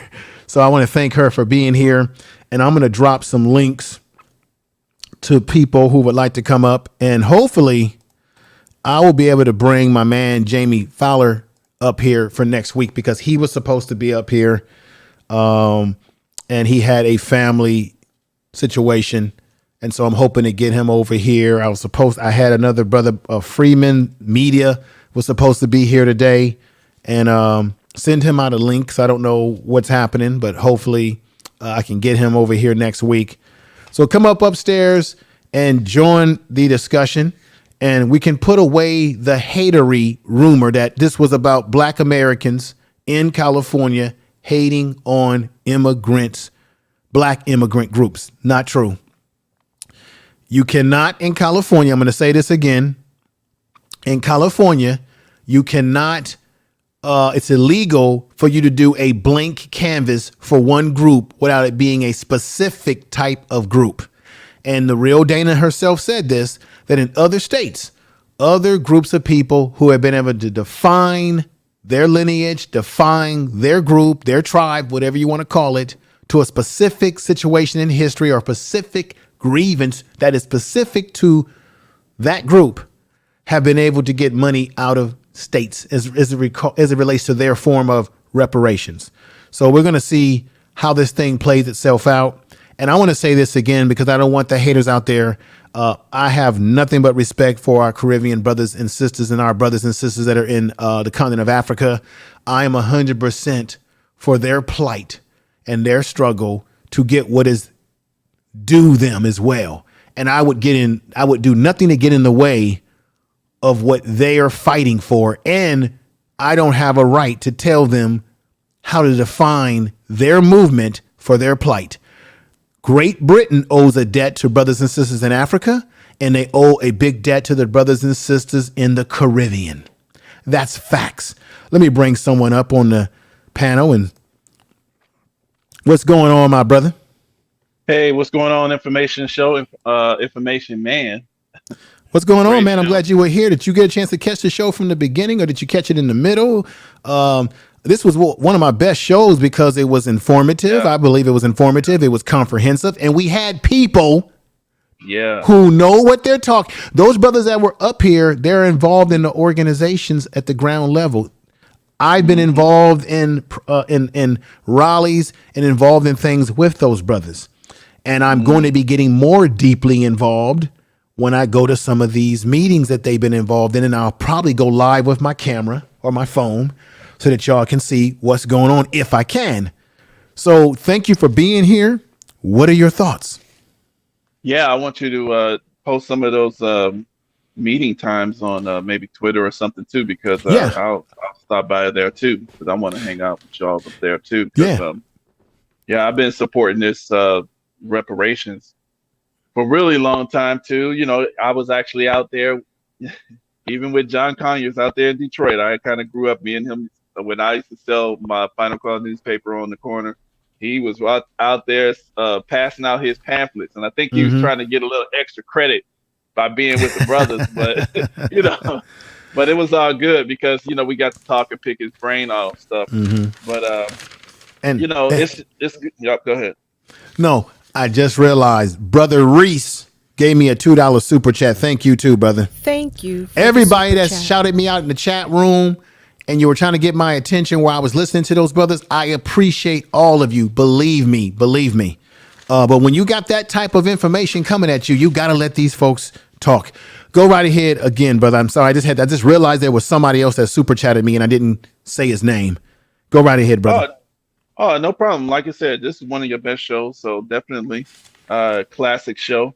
And, it's good that we got a media that's authentic, because that's been a big problem before when we had people on the grassroots doing work.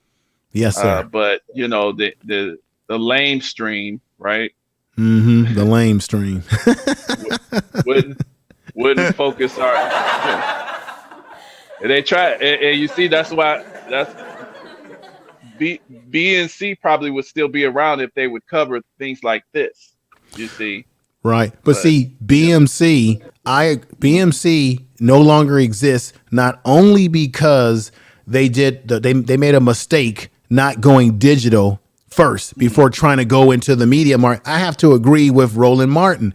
When he broke down one of the reasons why they're out of business is because they were spending too much money, their cost was too large, but not only was their costs too out of whack, but I have to be honest and say that they were out of touch with the black community.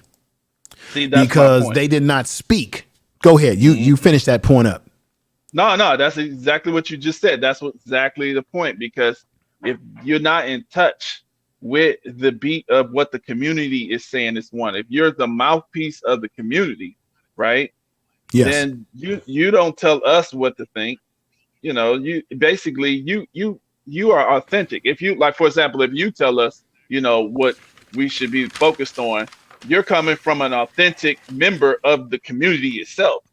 Right. But they were spending time talking about issues that black people on the ground level were not concerned about. They didn't speak to us. They spoke at us. So they did not have a black base. And let me say to Larry, Anything Goes LLC, he also gave me a super chat, and he's here with us right now. Trying to remember people that super chatted me while brothers were breaking down the science. And this brother's been supporting me pretty heavy. But that's what was wrong with that so-called black news network. They did not have an audience, and most black people who had cable packages could never find them. It was difficult. So their whole strategy was designed for failure. failure on the economic portion of it, as Roland Martin talked about, and failure on their connection to the everyday black person on these damn streets. And let's welcome Brother Larry, Anything Goes LLC. Brother, thank you for being here. And this is the first time you've been on the panel with me and my guest. What's on your mind, brother? I'm glad to see you here. Oh, yeah. Thank you for having me, Information Man. I greatly appreciate it. Can you hear me? Yeah, brother, you sound great. Okay, perfect. I just wanted to say kudos to everybody in the state of California, because you guys are paving the way for the rest of us around the country and possibly even around the world. I live in Northern Virginia, and this is the hub of politics. Northern Virginia, Washington D.C., Maryland. You know what it is. They call us the DMV area, and this is the place where the national policy happens. And the fact that you guys out there in California are doing it, you guys are talking about the one main thing that I've harped on my channel forever and a day. Yes, you can't sir. do politics if you're not talking economics. Who cares about a new justice or a senator or a congressperson or president or governor, councilperson, etc., if they're not talking about economic tangibles for your people, just like everyone else does around the United States of America? Because we're not being racist. Everyone else does it. The Latinos do it. The Asians do it. The list goes on and on. And outside of that, that's all I really wanted to say. I just had to give you guys kudos and give you your flowers, especially your Information Man. I've been watching your program for a couple of years now. So thank you, brother. But don't go anywhere, because that's what I want to say. I want you to be on here to hear this.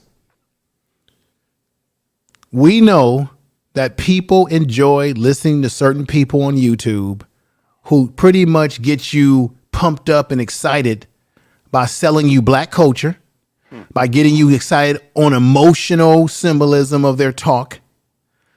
But the reason why the Reparations Bill 3121 AB passed in California, and we're at the point that we are now, where we still got more to go, is because black people here in California did politics. They engaged in politics. We're not going to get reparations by just sitting back and just saying, okay, well, this is going to drop in our hand like you waiting for Jesus or someone to show up. No. So my thing is, if you're listening to someone who's championing reparations and they're not telling you, okay, what are we going to do politically to make it a reality, potentially, then that person is not leading you in the right direction.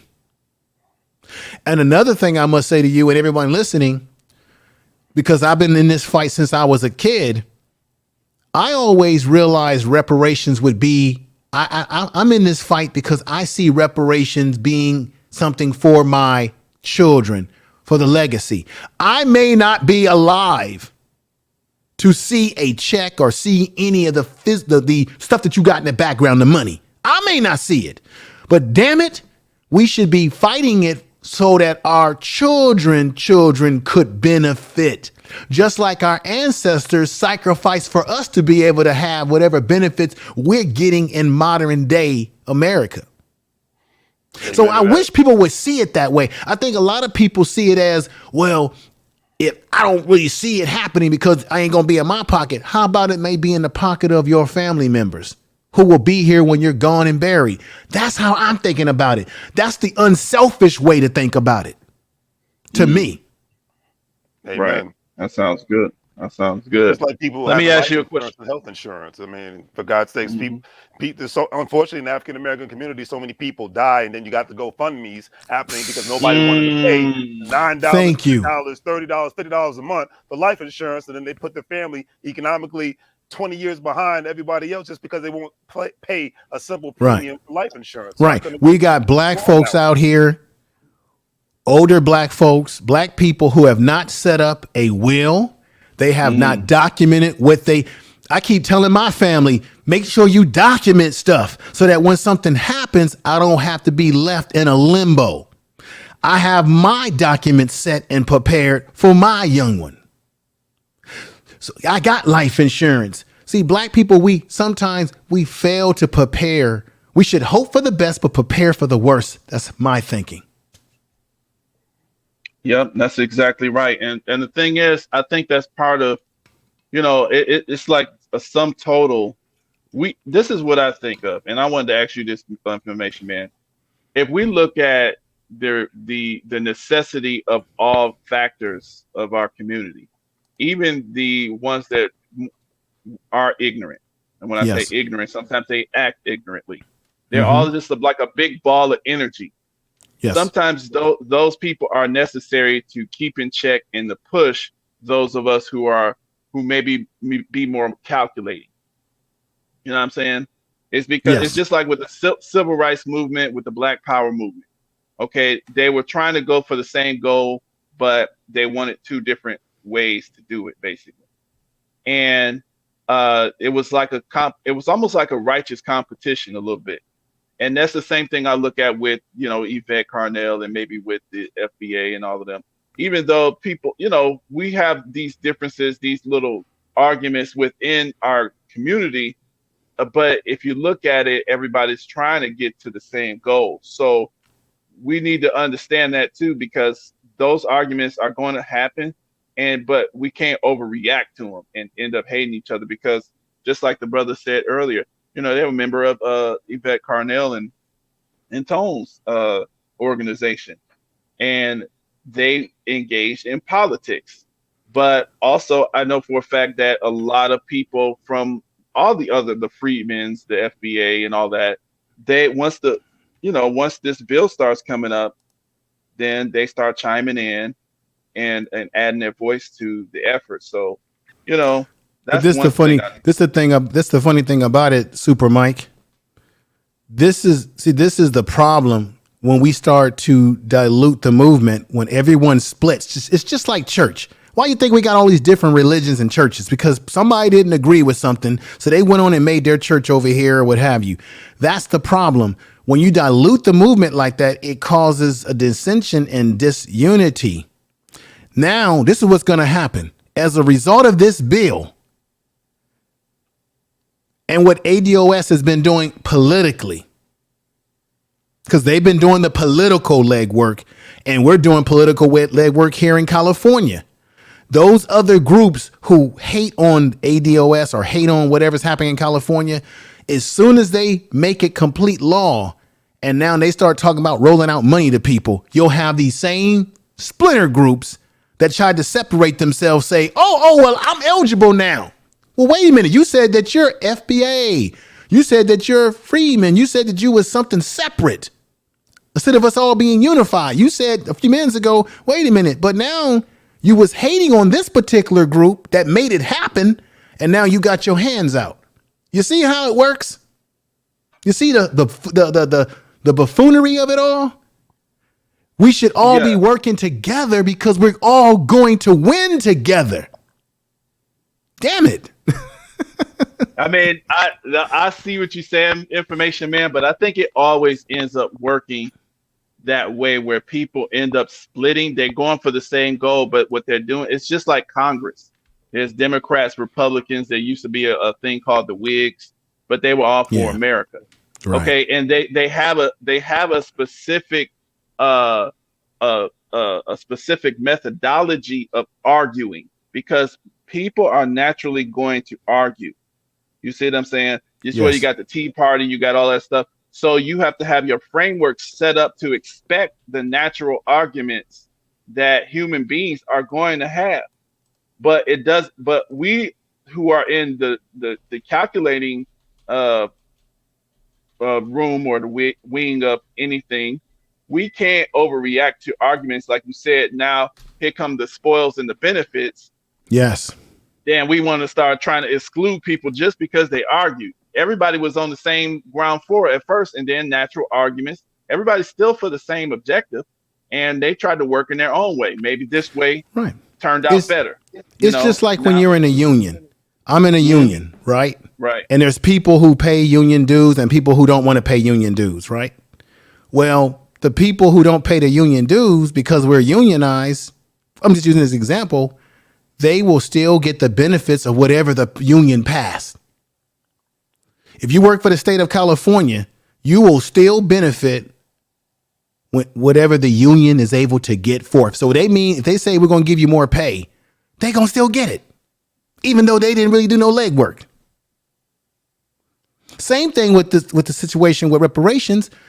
People, we're going to all win If you just let people do what they got to do from the political level, so we can do, I say this on YouTube, on social media all the time. And when I've been on panels, you've heard me, Super Mike.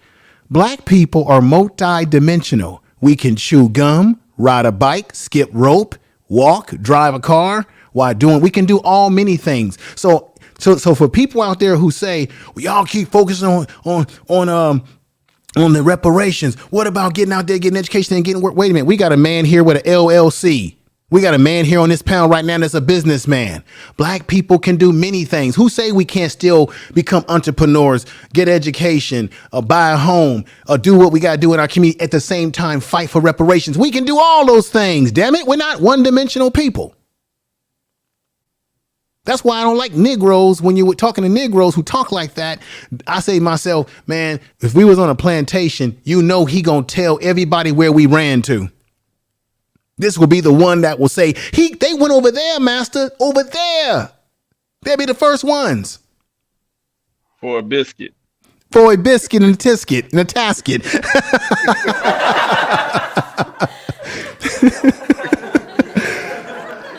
That's the guy. Hey, Info, what do you think we should be focusing on the people when because I think the brothers was talking about, okay, so now we need to pay attention to the methodologies or what forms right here of reparations. Yeah, what forms of reparations. So let's go right here. First of all, we know that it's lineage. So first thing is first, they're going to have to answer these questions that I put on the screen before. Is reparations in California only for the current California resident? So if you were a California resident and you're black and you lived most of your life here, you were born here, or you lived in California so many years, what are the years that they're going to give you? Do you have to have lived in California for 10 years, 20 years? What is it? That's going to all have to be figured out before you can even get to, because somebody's going to make that argument. Well, how do you determine who get it? They're going to have to work that part out. And then there's a money portion that has to be determined. But this is the thing I want to say. And I said this to Joe Brown when I was on Real Dana's show. He said that California didn't have any money. I told him, sir, all due respect to you, sir, I've lived in California most of my life. California has money. It's about who they choose to spend the money on. I know for a fact, check this out. During the pandemic, when they were giving us all pandemic checks in California. Yep. Do you know they gave pandemic money to illegals? Illegals. Yeah. They gave, I got one better for you, gentlemen and ladies in the chat room and gentlemen. They were even giving them housing, and they say we got a housing problem in California. You had a couple of black women in Oakland. I did a video about it, who were living in an abandoned home in West Oakland, and the police in Oakland came in the middle of the night and took them out like they were thieves, black folks. But they had no problem giving illegals money, housing, and said, well, we're concerned that they may have the virus. They had no problem. That's what the virus was their excuse. Well, I'm because you know how YouTube is. The algorithms will mess you up. You start using. No, I know what you're talking about. I know what words so you're talking about. They included what was happening to everybody, losing their jobs and being affected. So they said, well, the immigrants, we're going to have to bring them into our warm California bosoms. So when someone tells you out there, because somebody's going to say this, oh, California don't have no money. Ask them, do they live in California? I can't tell you how much money I've seen thrown around this state to certain groups. Plus, to add on to that, if you don't mind information, man. Yes, sir. I visited California a multitude of times, especially the Riverside, California area in Los Angeles and Orange County. Let's be realistic. I love the state of California, but it's one of the states that has one of the most egregious taxes in the whole freaking country. Facts. And the 5th largest economy in the world. So facts. If you just do the simple math on this, you cannot tell me that the state does not have the money. Check this out, brothers. Do you know because gas prices have been so high in California and across the country, the governor has proposed that he's going to give everybody a rebate check. We're gonna all receive some kind of check in the mail or in our electronic, billing system, direct deposit. Let me say that. We're going to see some money because of this, because California has a surplus of money. Did we go through have we had a bad economy? Yes. Did we get hit hard over the years? Yes. But what I know is that they spend money based on the will that they have. Check this out. The United States government just gave $8 billion to what? The Ukraine, and then gave them another couple more million. They also gave the Afghanis who brought over here. They gave them $3.4 billion to help them out in their adjustment to American life. You're going to see these people moving in your neighborhood. I'm not hating, I'm just telling the truth. They're going to be moving in your neighborhood, and I guarantee you they'll provide them with funds to let them get off their feet. And when you go into a store or some business, you will have some of these people that will look at you like a dog who just got here yesterday, look at you like you about to rob their store, and you a citizen, a black man, been born here, got lineage here, family's been here, come out of those damn cotton fields, black folks that have struggled and fought in every goddamn war this country's ever had, and you'll have people who are just got here yesterday telling you, you steal from me. What are you talking about, man? I just walked in your store. Oh, let me bust you out on this one, ladies and gentlemen. I was combing through the news. Check. You know how they treated the Haitians. Yeah. And how they treat Mexican people who try to come over the border, but Haitians, when they came over, they swooped them up and flew them back to Haiti. Some of them. Check this out. Look it up. There's an article out there where you had Ukrainians who flew into Mexico. Yes. Came through Mexico. They're right now at the border of San Diego, California, and the United States government is seeing their case to let them come in. Matter of fact, I wish I had the photos. There are photos. These people got nice tents. They not looking dirty. They clean. They got nice little tents, and they got them on nice green grass right next to, right in San Diego, and they're hearing their case. They stepped them right past the Haitians and even the so-called brown connection that we're supposed to have, Mexican people. So this shows you right here that here you got Ukrainians, they're Europeans. The Europeans are going through a war situation. They're right. They stepped them people right across that border, past the Mexicans and past the Haitians, and put them right up front in a nice little area where they can sit there with their bags, their clothing. Yep. I'm not saying they're living in luxury, but when I saw the photos, I said, damn, those are some damn good tents, man. That's like the shit. I mean, there's no garbage. You saw how the Haitians were looking. They were walking out there. I mean, you damn near thought we was in 17 or 16, 19 or something. The way they were walking around. Remember that song, Wading in the Water?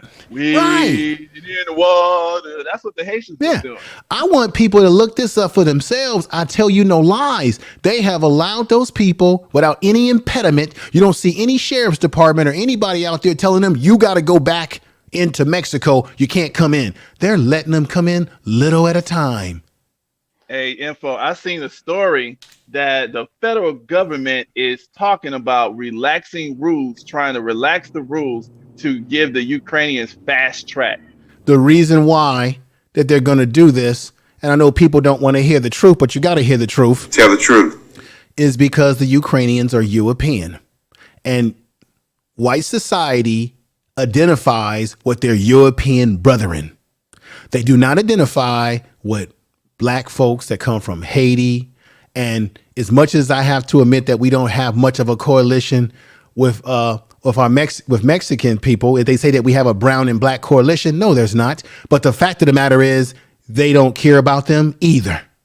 Because what did they do? They took the Ukrainians and said, you get a fast track pass. It's just like in California, we have something called fast track where I have fast track where I'm able to drive past everybody to go through the bridge toll, right? That's what they did with the Ukrainians. They gave them a fast track pass. Okay, you step right up front in the line. Mexicans, Haitians, y'all get the hell back. I just read that story. I think it was on Thursday or Wednesday. It blew me away. I said, wow. And when I saw the photographs, I said, wow, the grass looks clean.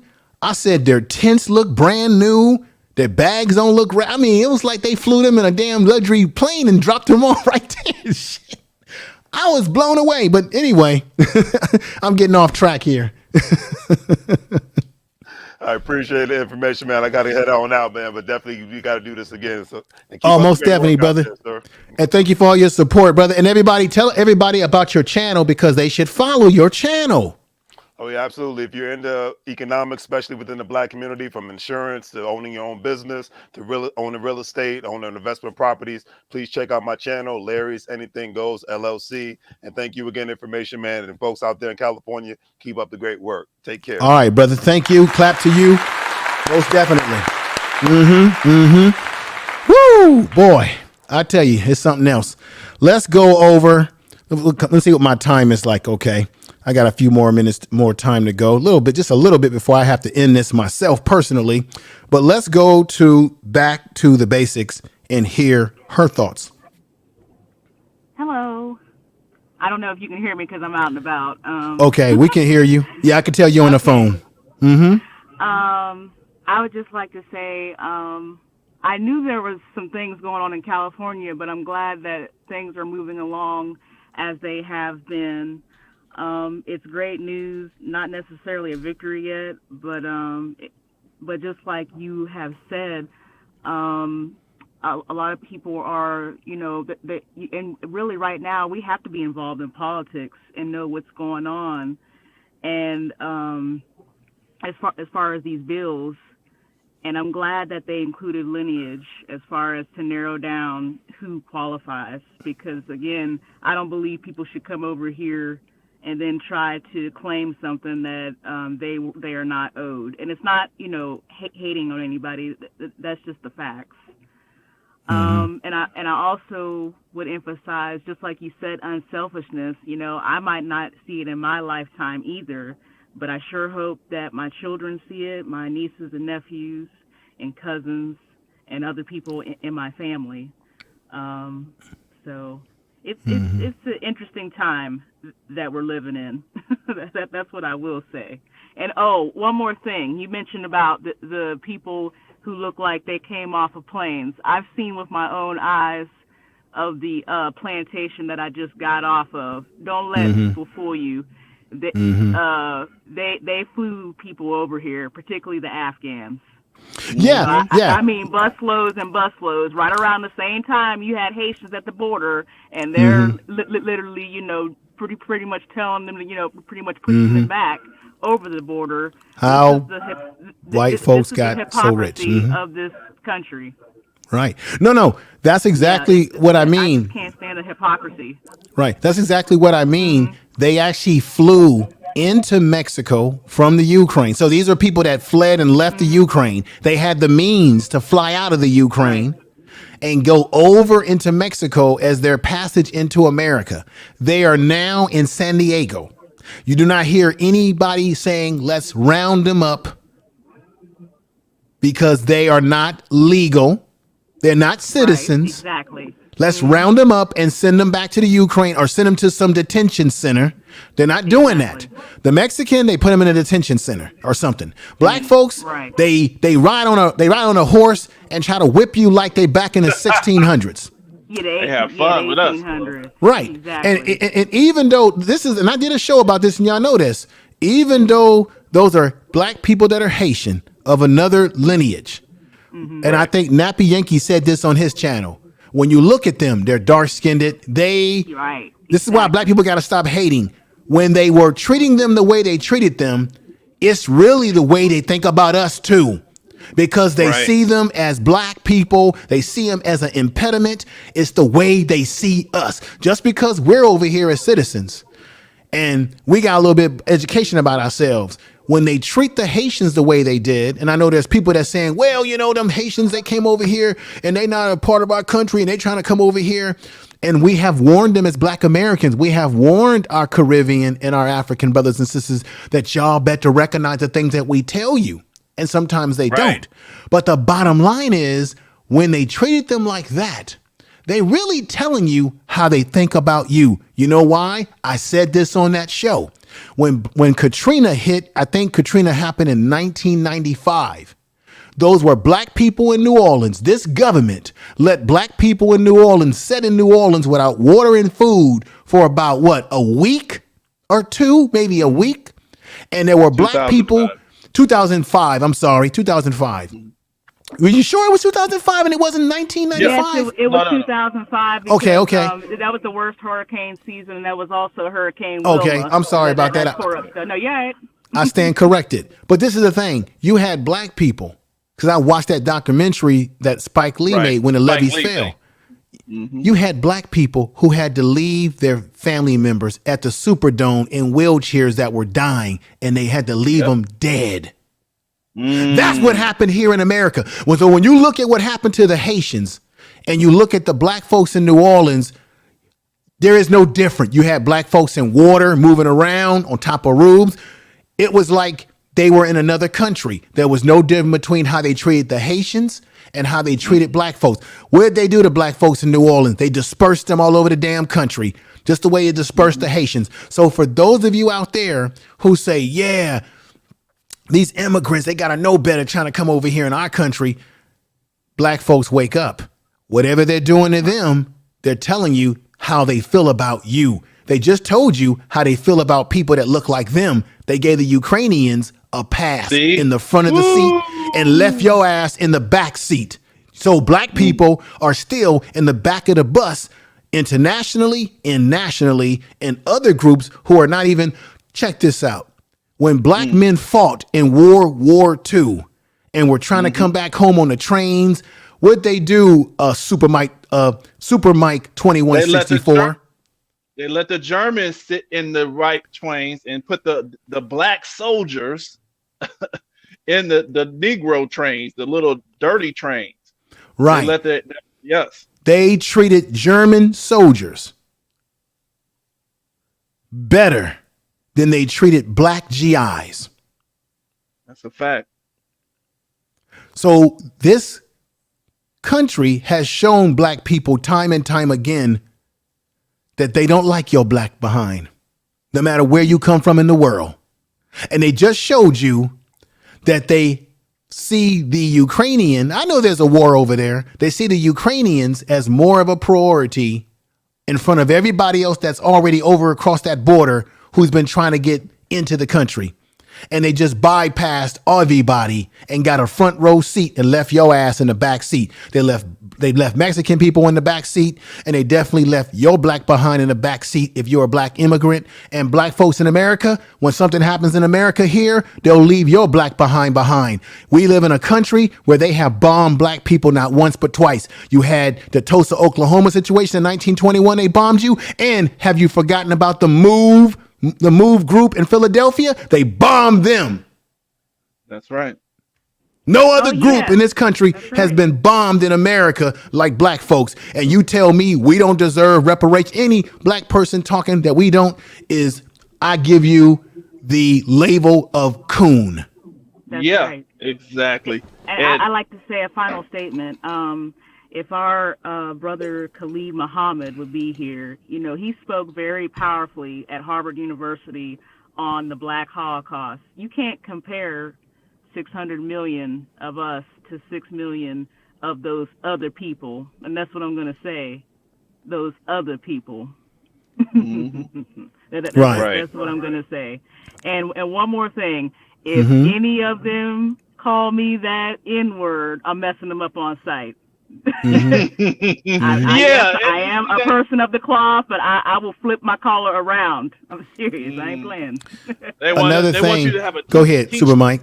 No, they want us to have a teachable moment if they call you the N-word. That's what the people says to do, the Red Cross or whatever that is. Right. Get this out of your vocabulary, ladies and gentlemen. Get this out of your vocabulary. Get the people of color out of your vocabulary. We're not people of color. When you do that, you're now including and drag-netting everyone into our lineage and our experience. We are not people of color. Do you see any other group running around constantly saying that? It's always black politicians and black intellectual fools on TV who keep using that word. I live here in California. We have Mexican population. We have a Latino population. When they, on their TV programs, when they're talking about their issues, they're not using terms like people of color. They're not saying black and brown. They're saying Chicano, Mexican, Latino, La Raza. They are identifying themselves as themselves. They're not including us in the bag with them. But we're the only ones who have so-called leadership who keeps using that, because I know why. It's a political term. If you're a politician, you can't. I had a conversation with the 5 Black comics this week. Y'all really need to get over there and support them folks over there, the 5 Black comics, and shout out to them. And I said that, why is it in America that politicians, white or black, can't never just say this is gonna be for black folks? Why does it always have to be, well, it's for people, well, it's about people of color, and this is gonna be social justice for all people of color? Wait a minute. Why are they so afraid to use the word black? They have no problem saying that this is a bill for Asians, for Jewish people, for other groups of people, religious groups. They have no problem saying that. But when it comes to us, well, we can't say black. We're going to just have to say people of color. Total nonsense. All I'm going to say is, as far as the political parties, I'm a registered independent, so I sort of already know who I'm going to vote for. Right. In 2024. And I wrote myself in the 2020 election as VP, because I seen who, I ain't lying. I'm 36 years old. Hey, I qualify to be president of the United States. Shit, hell. That's all right. Man. But anyway, we have to stay engaged with politics and definitely stay on this, because we already know they're going to try to do the bait and switch with the people of color. And one more thing, I find that term very offensive, because to me, it's just another term to say colored, and we're not back in the plantation talking about colored and different things like that. Because I'm not a Muppet. I'm a human being. Right. I'm not a colored pencil. Right. You know what I'm saying? But that's where it comes from. It comes out of a time.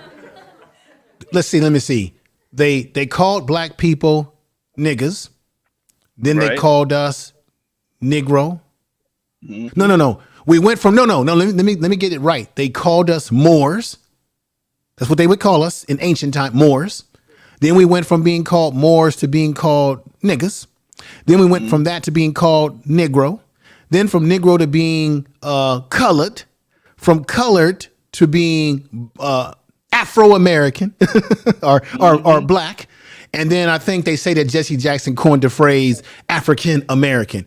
We're probably the only group of people in this country who have had so many name changes. We got more name changes than the Temptation got outfits on the stage. Man. Lord have mercy. Man. Crazy. If you really stop and think about it, we're the only group of people who have had tons of names. Get that out of there. Get that crap out of there. Thank you. Get that crap out of there. My God, man. That stuff's been going around YouTube. I wish YouTube would do something about that. It's been going around all over YouTube. These little things like that. Get that out of there. And any of those Russian bots too. Thank you, ladies and gentlemen. Thank you. Think about it. We're the only group of people who done had more names than a little bit. I don't know what our next names. Right now, some of us identify ourselves as black. Some of us will identify ourselves as African American. I don't know what the next name's going to be in a couple of decades, folks. But info. The reason why I stay on talking about, because what they're going to do is going to attack the foundation of your identity, because that's just going to cause you infighting. So that's natural. But the reason why I showed that book is because I think a lot of us need to get this book. It's just a little bitty book. Wait a minute. Let me put you on the screen so everybody can see that. Put that back up to the screen. I got you front and center. Yeah. That book right there. Right. Yeah. Just go on Amazon. Just pick it up. You can just type it in. How white folks got so rich. And it just shows you specific remedies. This is reparations right here. This right here is reparations. Each one of these little things each one of these little things, and it just gives you something to research. Each one of these things, you research each one of them. This Stock is how. market. Yep, that's our remedies. That's what Farm we ask homes, for. public housing, federal housing, the black tax. Yep. Social security, pension, unemployment, insurance. Man. Right. That's what we ask for. And of course it's cash. But GI Bill, affirmative action, corporate welfare suit. What's that? White labor. White liberals, guidance and teaching, war on black drug users, Hollywood and racial propaganda, black talent snatching. Good old boy network, Godfather clause. Wow. Warmongering warfare. Wow. Yeah, so you pick that up and you'll see what I'm saying. It's not going into all, it's just giving you a nice little reference, and it gives you some references on for you to do your more research on your own. But the more of us know exactly what causes a group of people to get money, then that's how you close your wealth gap. And they have all of that stuff. They did all of that stuff, and they could do all of that stuff again for us, for every last one of us. So, yeah. Let me do this. Let me say peace to A View is a View. The Queen is in here. Nate, Jean. We got a lot of great folks in the chat room. Before I get ready to close out, because it's been a hell of a show today, I'm going to try to do my best to see if we can do a part 2 to this next week, ladies and gentlemen. I'm going to bring back Brother Chris, the media group, MT Media Group, Real Dana. Maybe I can even get Judge Joe Brown to come on with us. Who knows? Jamie Fowler, who's very well known within the ADOS movement. I even tried, for those of you who asked, I was trying to reach out to Tone Talk. I could not find a way to get in contact with him. I did send some information to Yvette Carter. I had to fill out some forms on the ADOS website, because when you want people to be guests on your show, you need to fill out these forms. They have it very professionally set up the way they do it now. I had to fill out forms, say who I am as a reminder, before any people that are in part of the actual organization officially to come on as a guest. So they have it very professionally laid out, which I didn't have a problem with that. I think it was very professional. So I'm going to try to have that brother come on next week and see what we can do to bring more. And then other guests that are in this movement from the California area, try to bring them on so that we can expand the discussion further. Let me say this to everybody.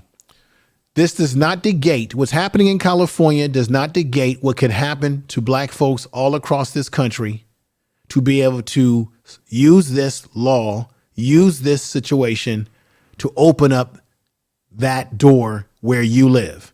It helps the national conversation move forward. Maybe this will cause the HR 40 to get some damn legs. We'll have to see. But we know that everything happens in this country. It can happen in a state, and that can inspire things nationally. So just keep that in mind. This is not to the exclusion of people. This is to the opening up the door to many black people who have the lineage. Those who do not have this lineage, it is not hating on you. It is not putting you down. I have no hate to people that are Pan-African, people that are for Africa, who say, let's go back to Africa, or people who are about those sort of things. I have no hate towards people who come from Jamaica, Trinidad, none of that. This is not about hating on you. This is not what Information Man Show is about, or what I'm doing today. This is about specifically talking about a particular group that happens to be black people born here in America who have had a certain experience here in America. That is all. I don't want anybody to hate and say that we're pushing hate here. We're pushing truth. So let me say a clap to brother Super Mike 2164. Thank you for being here. We got Fly Seas, we got Shaka, we got Keith Weston in the house. Thank you for being here, brother. All right, I'm gonna fall off and let you do your thing, big brother. Oh, okay. Appreciate you bringing me up. Oh, okay, no problem at all. Let me sir. say shout out to Coco T TV. Check out her channel. Everybody in that chat room, from time to time when I go live on Sundays like this, you should take a pen and paper if you have one and write people's names down so that you can go check out their channels. We have content creators in that chat room. We got Fashion for Life. I appreciate your things that you said today, sister. Tiffany Jackson, who's been rocking with me for a long time as well. Appreciate you. She says, love my people. Enjoy the rest of your weekend. Yeah, enjoy the rest of your weekend. Let me say peace to a Lady 747. The Queen is here. I just modded you up, sister. Welcome. You're always welcome here, regardless. Yalfi was in the house, and Yalfi, I'll be giving you a call because I think you want to put commercials on the platform, and I'm open to those commercials that you have for your products. And back to the basics. Don't leave yet because I'll have some things I want to say to you. Let me look over here at Wallet Coast Act is in the house saying yes. Welcome, Coast, and we got Melanin. Golden Melanin, thank you for being here. Let me say the Honorable Angeline Nordstrom. That's the proper way to say it now. Yes. Tell the truth. Tell the truth. Thank you. My brother Keith, I'll see you over at Tim Black's. I know he'll probably go live tonight. Yalfi, I'll be giving you a call. I did call you the other night. I was very tired that night when we talked, but we will talk. We will talk on the phone, and we'll try to figure out how to get my hands on your footage for a commercial that can play on the channel. Let me say shout out to Larry's Anything Goes LLC. He gave me a super chat as well. You are listening to Information Man. Chat him up. Thank you. Thank you. Thank you. Thank you. And y'all know, let me just play a little bit of that super chat music. All right. Thank you for the super chat. I wake up, Tell the truth. down that check, no drip this, tell them run it up, no sleep, no rest, might crash, might wreck, but first I stretch. All right. I appreciate everybody. Sister Aries, if I'm saying the name correct, you've been rocking with me today, and I appreciate you, sister. She says, thank you for the super chat that you gave me as well. She says, too many people starting to call on their ancestors. They've been waiting. Your ancestors are always with you. They are with you in spirit, in body, and mind. Never forget your ancestors. Always recognize your ancestors. And matter of fact, I'm going to tell you something that's going to probably make you feel like, woo, woo, what is he talking about? Twilight Zone here. You are your ancestors. You know that I don't believe in death. Life is circular. It's not linear. We've been taught in American society that you live and then you die. You don't die. If you got children, your DNA is living through your children. You have just reincarnated yourself through your children. You do not. Time is circular, never linear. You are your ancestors. We are the embodiment, walking, breathing, talking of our ancestors. When a person is no longer here, they're not in the physical body, so you miss them, but they're in the spirit. Their life goes on in a circular formation. It never ends. There is no ending and there is no beginning. Circular. You are dark mattered people. You go back to dark matter. You vibrate at a high frequency. You don't go back you don't turn into an animal. Animals do not vibrate at a higher enough frequency. As a human, you vibrate at a higher frequency. The European ideology is that you live and you die. No, you live, you grow older, you transition to another level of out of the third dimension to the fourth to the fifth dimension. And your life is circular. You recycle yourself through your children and you recycle back into life as a little baby. Once again, life continuing. You can look at animals and trees and nature, how trees regenerate themselves. Everything in the world. For those of you who believe in Native American culture, Native Americans believed in working with nature, not against nature. Europeans have had a history, historically, of working against nature. They got us thinking that because we're no longer in this physical body, that we're gone. If that was the case, why is it that we talk about spirit? If you are a spirit in a body, then that means that the body is no longer there for you, but your spirit lives on, circular, not linear. We will cry over our loved ones no longer being here because we can't touch them, hold them, and talk to them anymore in the physical body. But they have moved on to a whole nother level that many of us can't comprehend.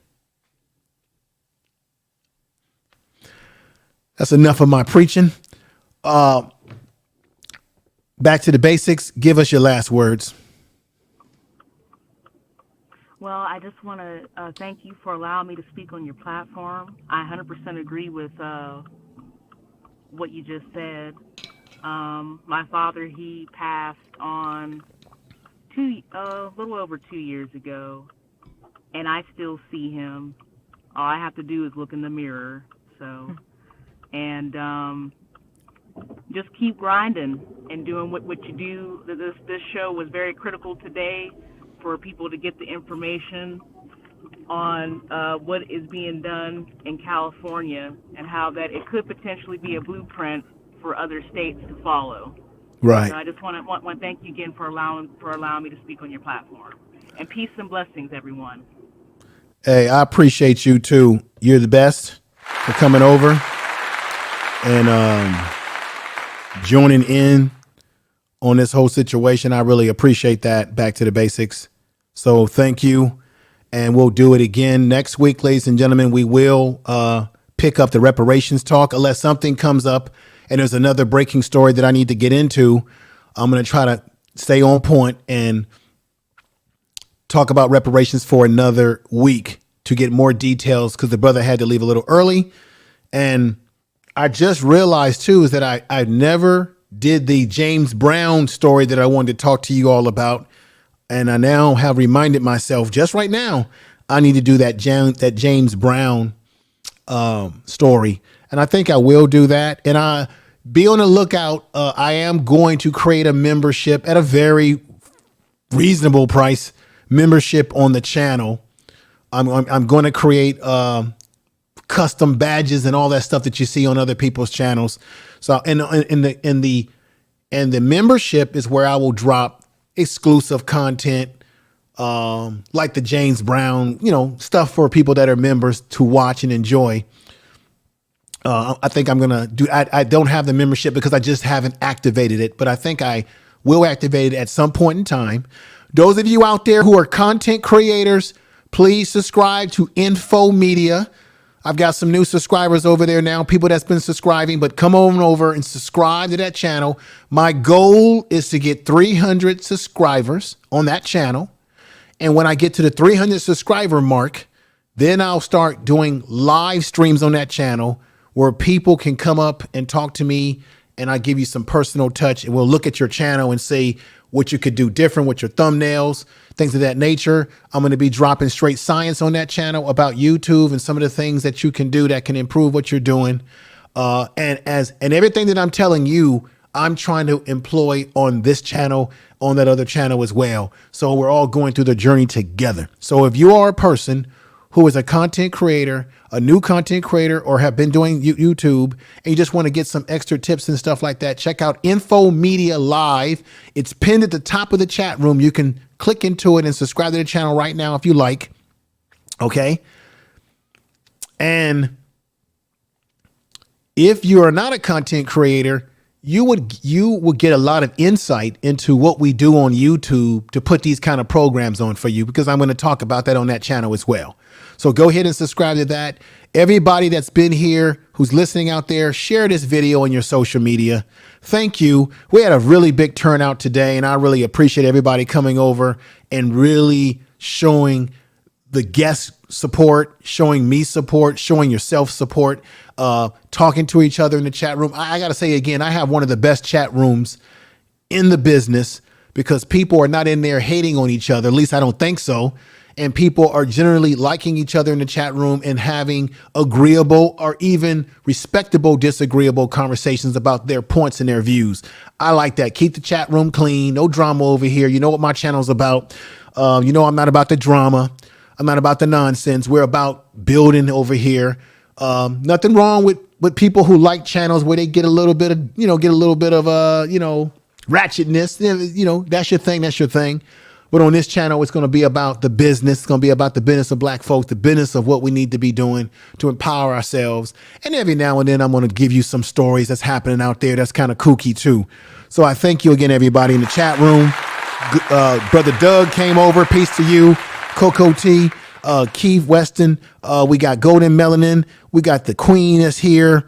And I got to figure out that first name from you, sister. I'll get it figured out. But I thank you for coming over, giving me great support. Brother Doug, who's one of the best moderators in YouTube all over the place. He's moderating for a lot of the best of them on YouTube. So thank you for coming on over.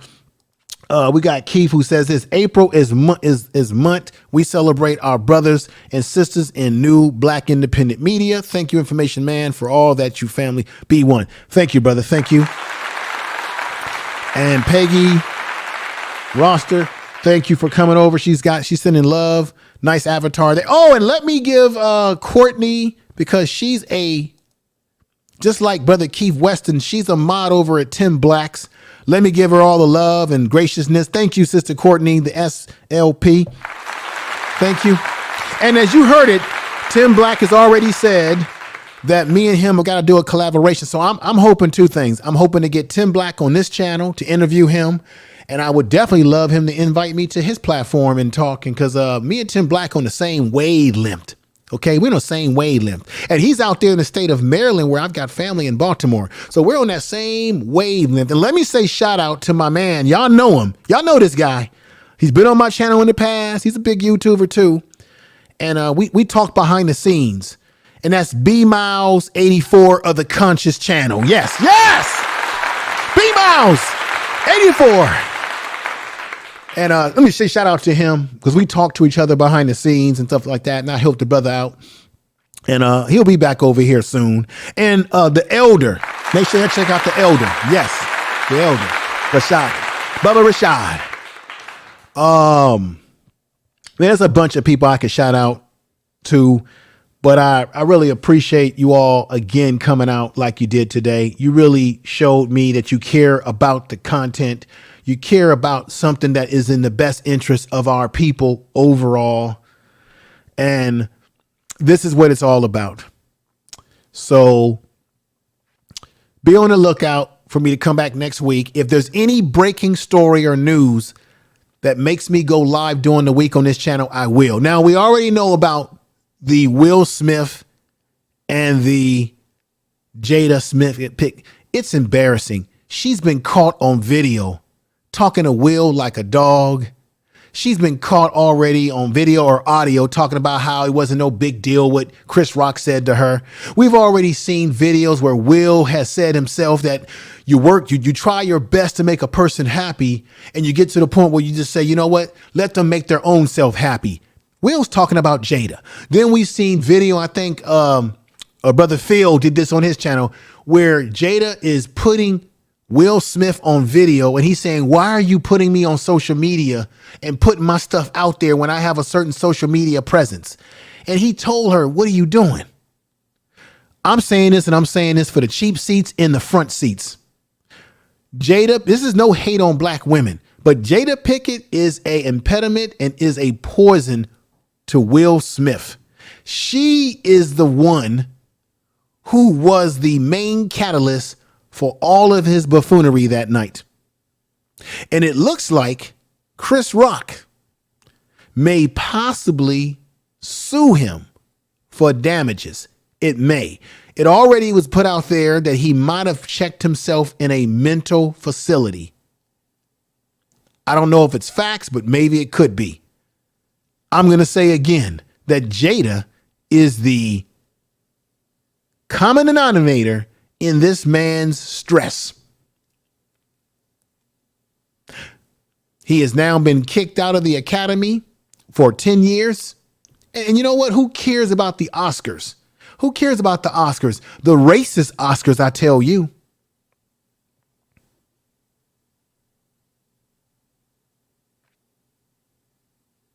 The first black woman to win the Oscars, who played in Gone in the Wind as the maid, when she won. Is it Mrs. McDaniel? Somebody put that in the chat room to remind me. When she got her Oscar for her role in Gone with the Wind, another racist movie amongst many, she wasn't even allowed to get her trophy or her Oscar in front of the audience. They gave it to her in the back room. Somebody help me with that name. I should know that name. The sister who was in Gone in the Wind, she played the maid. She had the handkerchief. You know, she had that Ain't Your Mama pancake box look. She won an Oscar. Somebody please give me that name. Hetty McDaniel. Yes. McDaniel. Yeah. Hetty McDaniel. I think I said the name right the first. Yeah. That's right. Courtney, Sister Courtney. Yeah. When they gave her Oscar, she had to get it in the back of the bus. So guess what? I don't care about the Oscars.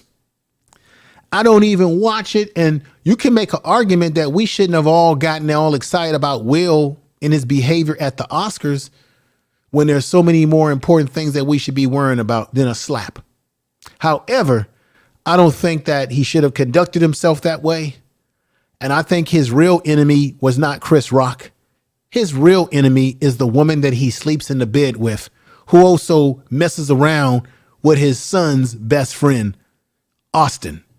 With that said, ladies and gentlemen, thank you for watching the Information Man Show. Please get that nonsense out of there immediately. Thank you for getting that out of there. Thank you for watching the Information Man Show. I'll be back for more presentation. We'll get into it and we'll do what we got to do, ladies and gentlemen. With that said, peace. Peace. Tell the truth. The Information Man Show.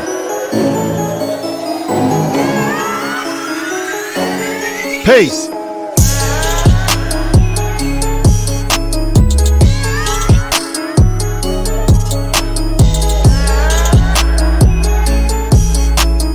Peace, everybody. The Information Man Show.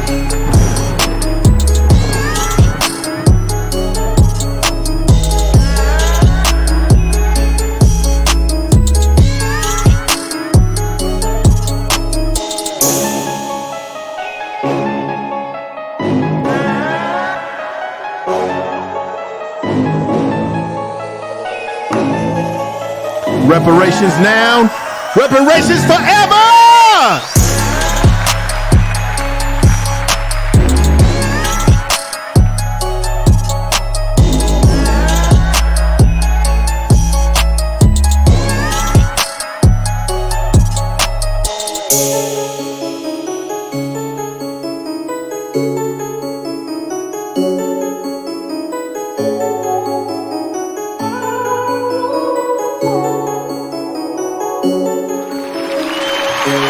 Tell the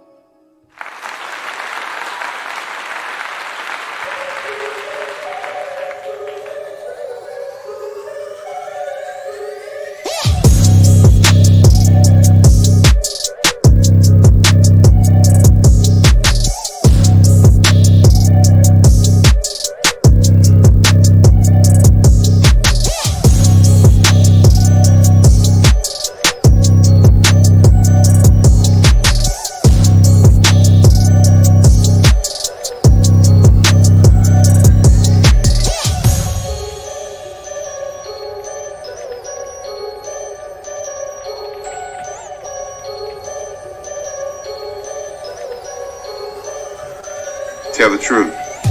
You are listening to Information Man. Please make sure to subscribe to his channel.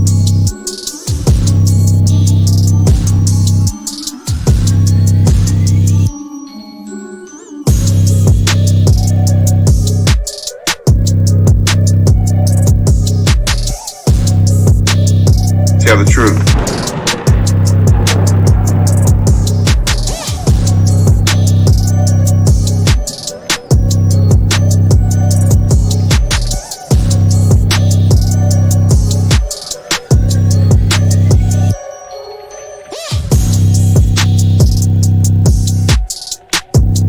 Tell the truth.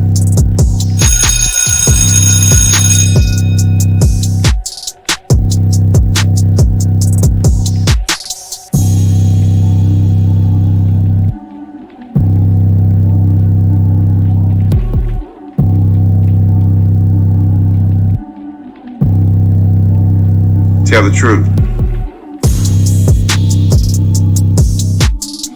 Cut that check, Gavin Newsom. Cut that damn check.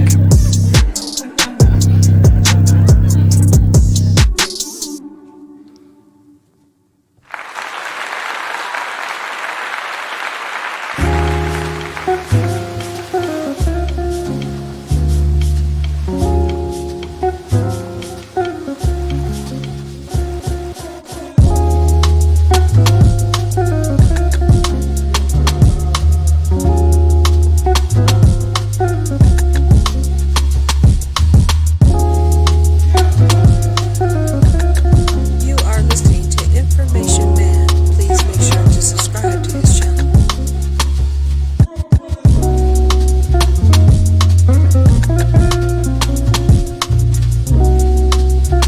Tell the truth.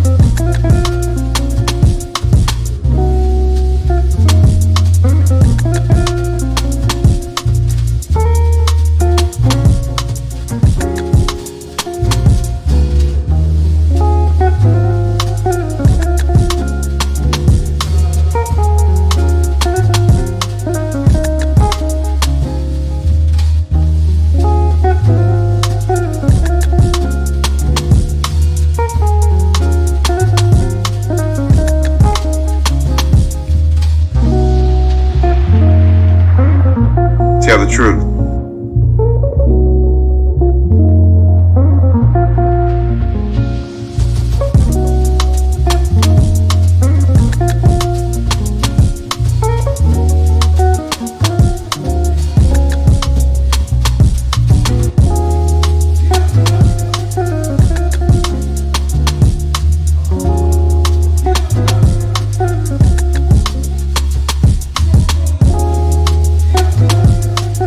Tell the truth.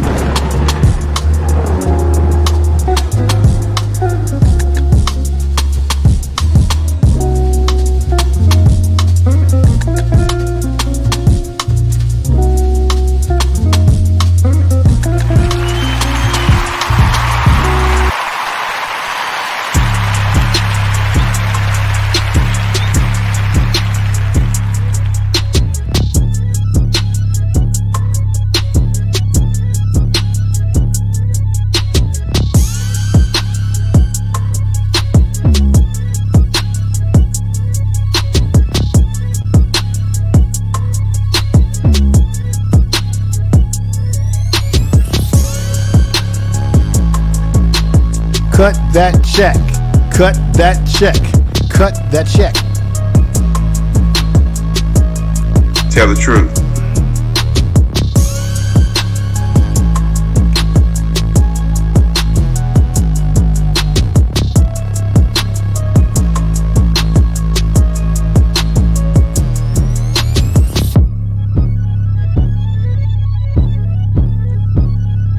Tell the truth.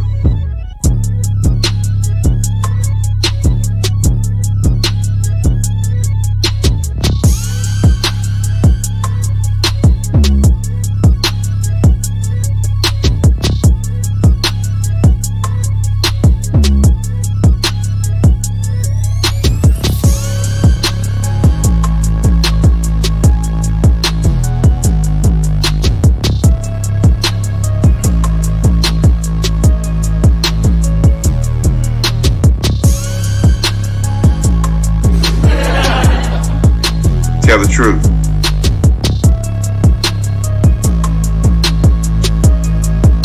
Tell the truth. You are listening to Information Man. Please make sure to subscribe to his channel.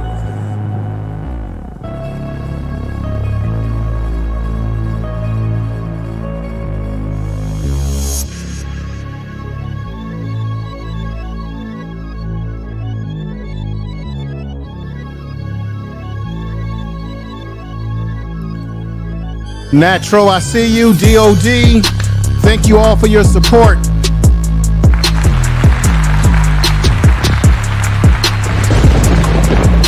Cut the damn check. Tell the truth.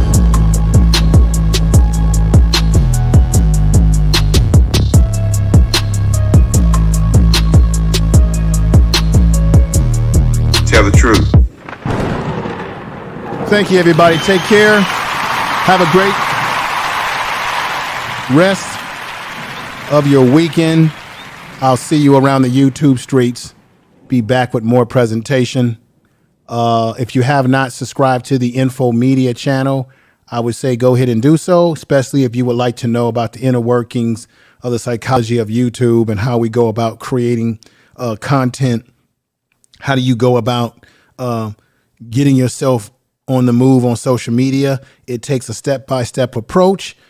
Even with the new channel that I have, I participate that it's going to take me a little time to get that channel where I want it to go. But most of the videos that I have on that channel are videos that will last for a very long time, and I can update them. I will be doing a video on telling you how you can take old videos and update your videos and get more views off of them when you update the video. There's various basic ways that you can do it, and I'll be talking about that on that channel as well, among other things. The other channel that I have that is laid dormant for a little bit, and you all are probably wondering, what is he going to do with that channel? That is the News Shorts channel. I believe that I might convert that channel into like a vlog channel, where every time I go live on that channel, I'll be not in a studio, but out and about. Meaning that will be a vlog channel where I'll be out in the community out. So I'm thinking about converting that channel into more of a vlog, go live with the cell phone and the gimbal and all that type of stuff. I'm thinking about converting it because I just don't have the time to break news on that channel every day. I think when I created it, I underestimated my time. So I think I might need to make that more of a vlog channel. I'll figure it out. That channel is going to, so you'll see that channel have a different name very soon, a different banner art on it will change. I'll figure something out. But I already got my hands full with the new channel, trying to get that off the ground. And what I'm doing on this platform, this channel here, I would personally like to go live on this channel more than once a week, but my schedule just doesn't allow me to do so. And I know that my channel does suffer a little bit because on YouTube, part of growing your channel very quickly is broadcasting a lot.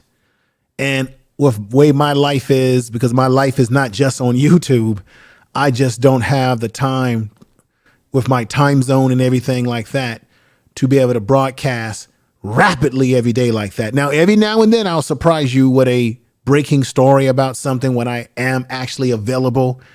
And those things could happen. Now, I did think about maybe I should do a Monday show because I did a Monday show before and it seemed to be successful.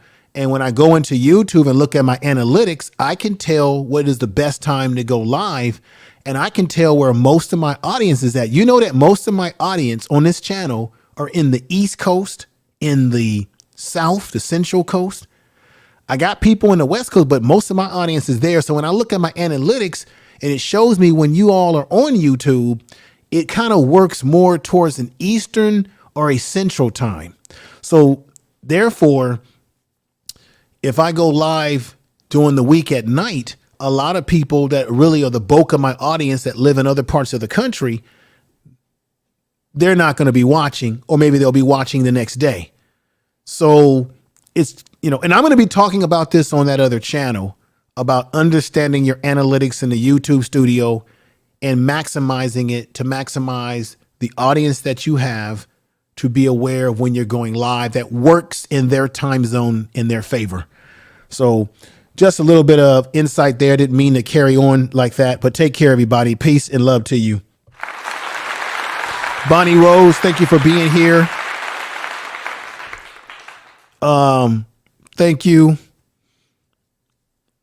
I don't know who is this in here? Oh, I know. This is somebody coming over from, this is from Twitch. I got people who watch me over in Twitch. Bonnie Rose, good to see you here.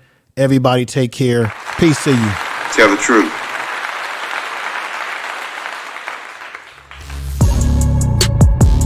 Take care, everybody. Tell the truth. You are listening to Information Man. Please make sure to subscribe to his channel.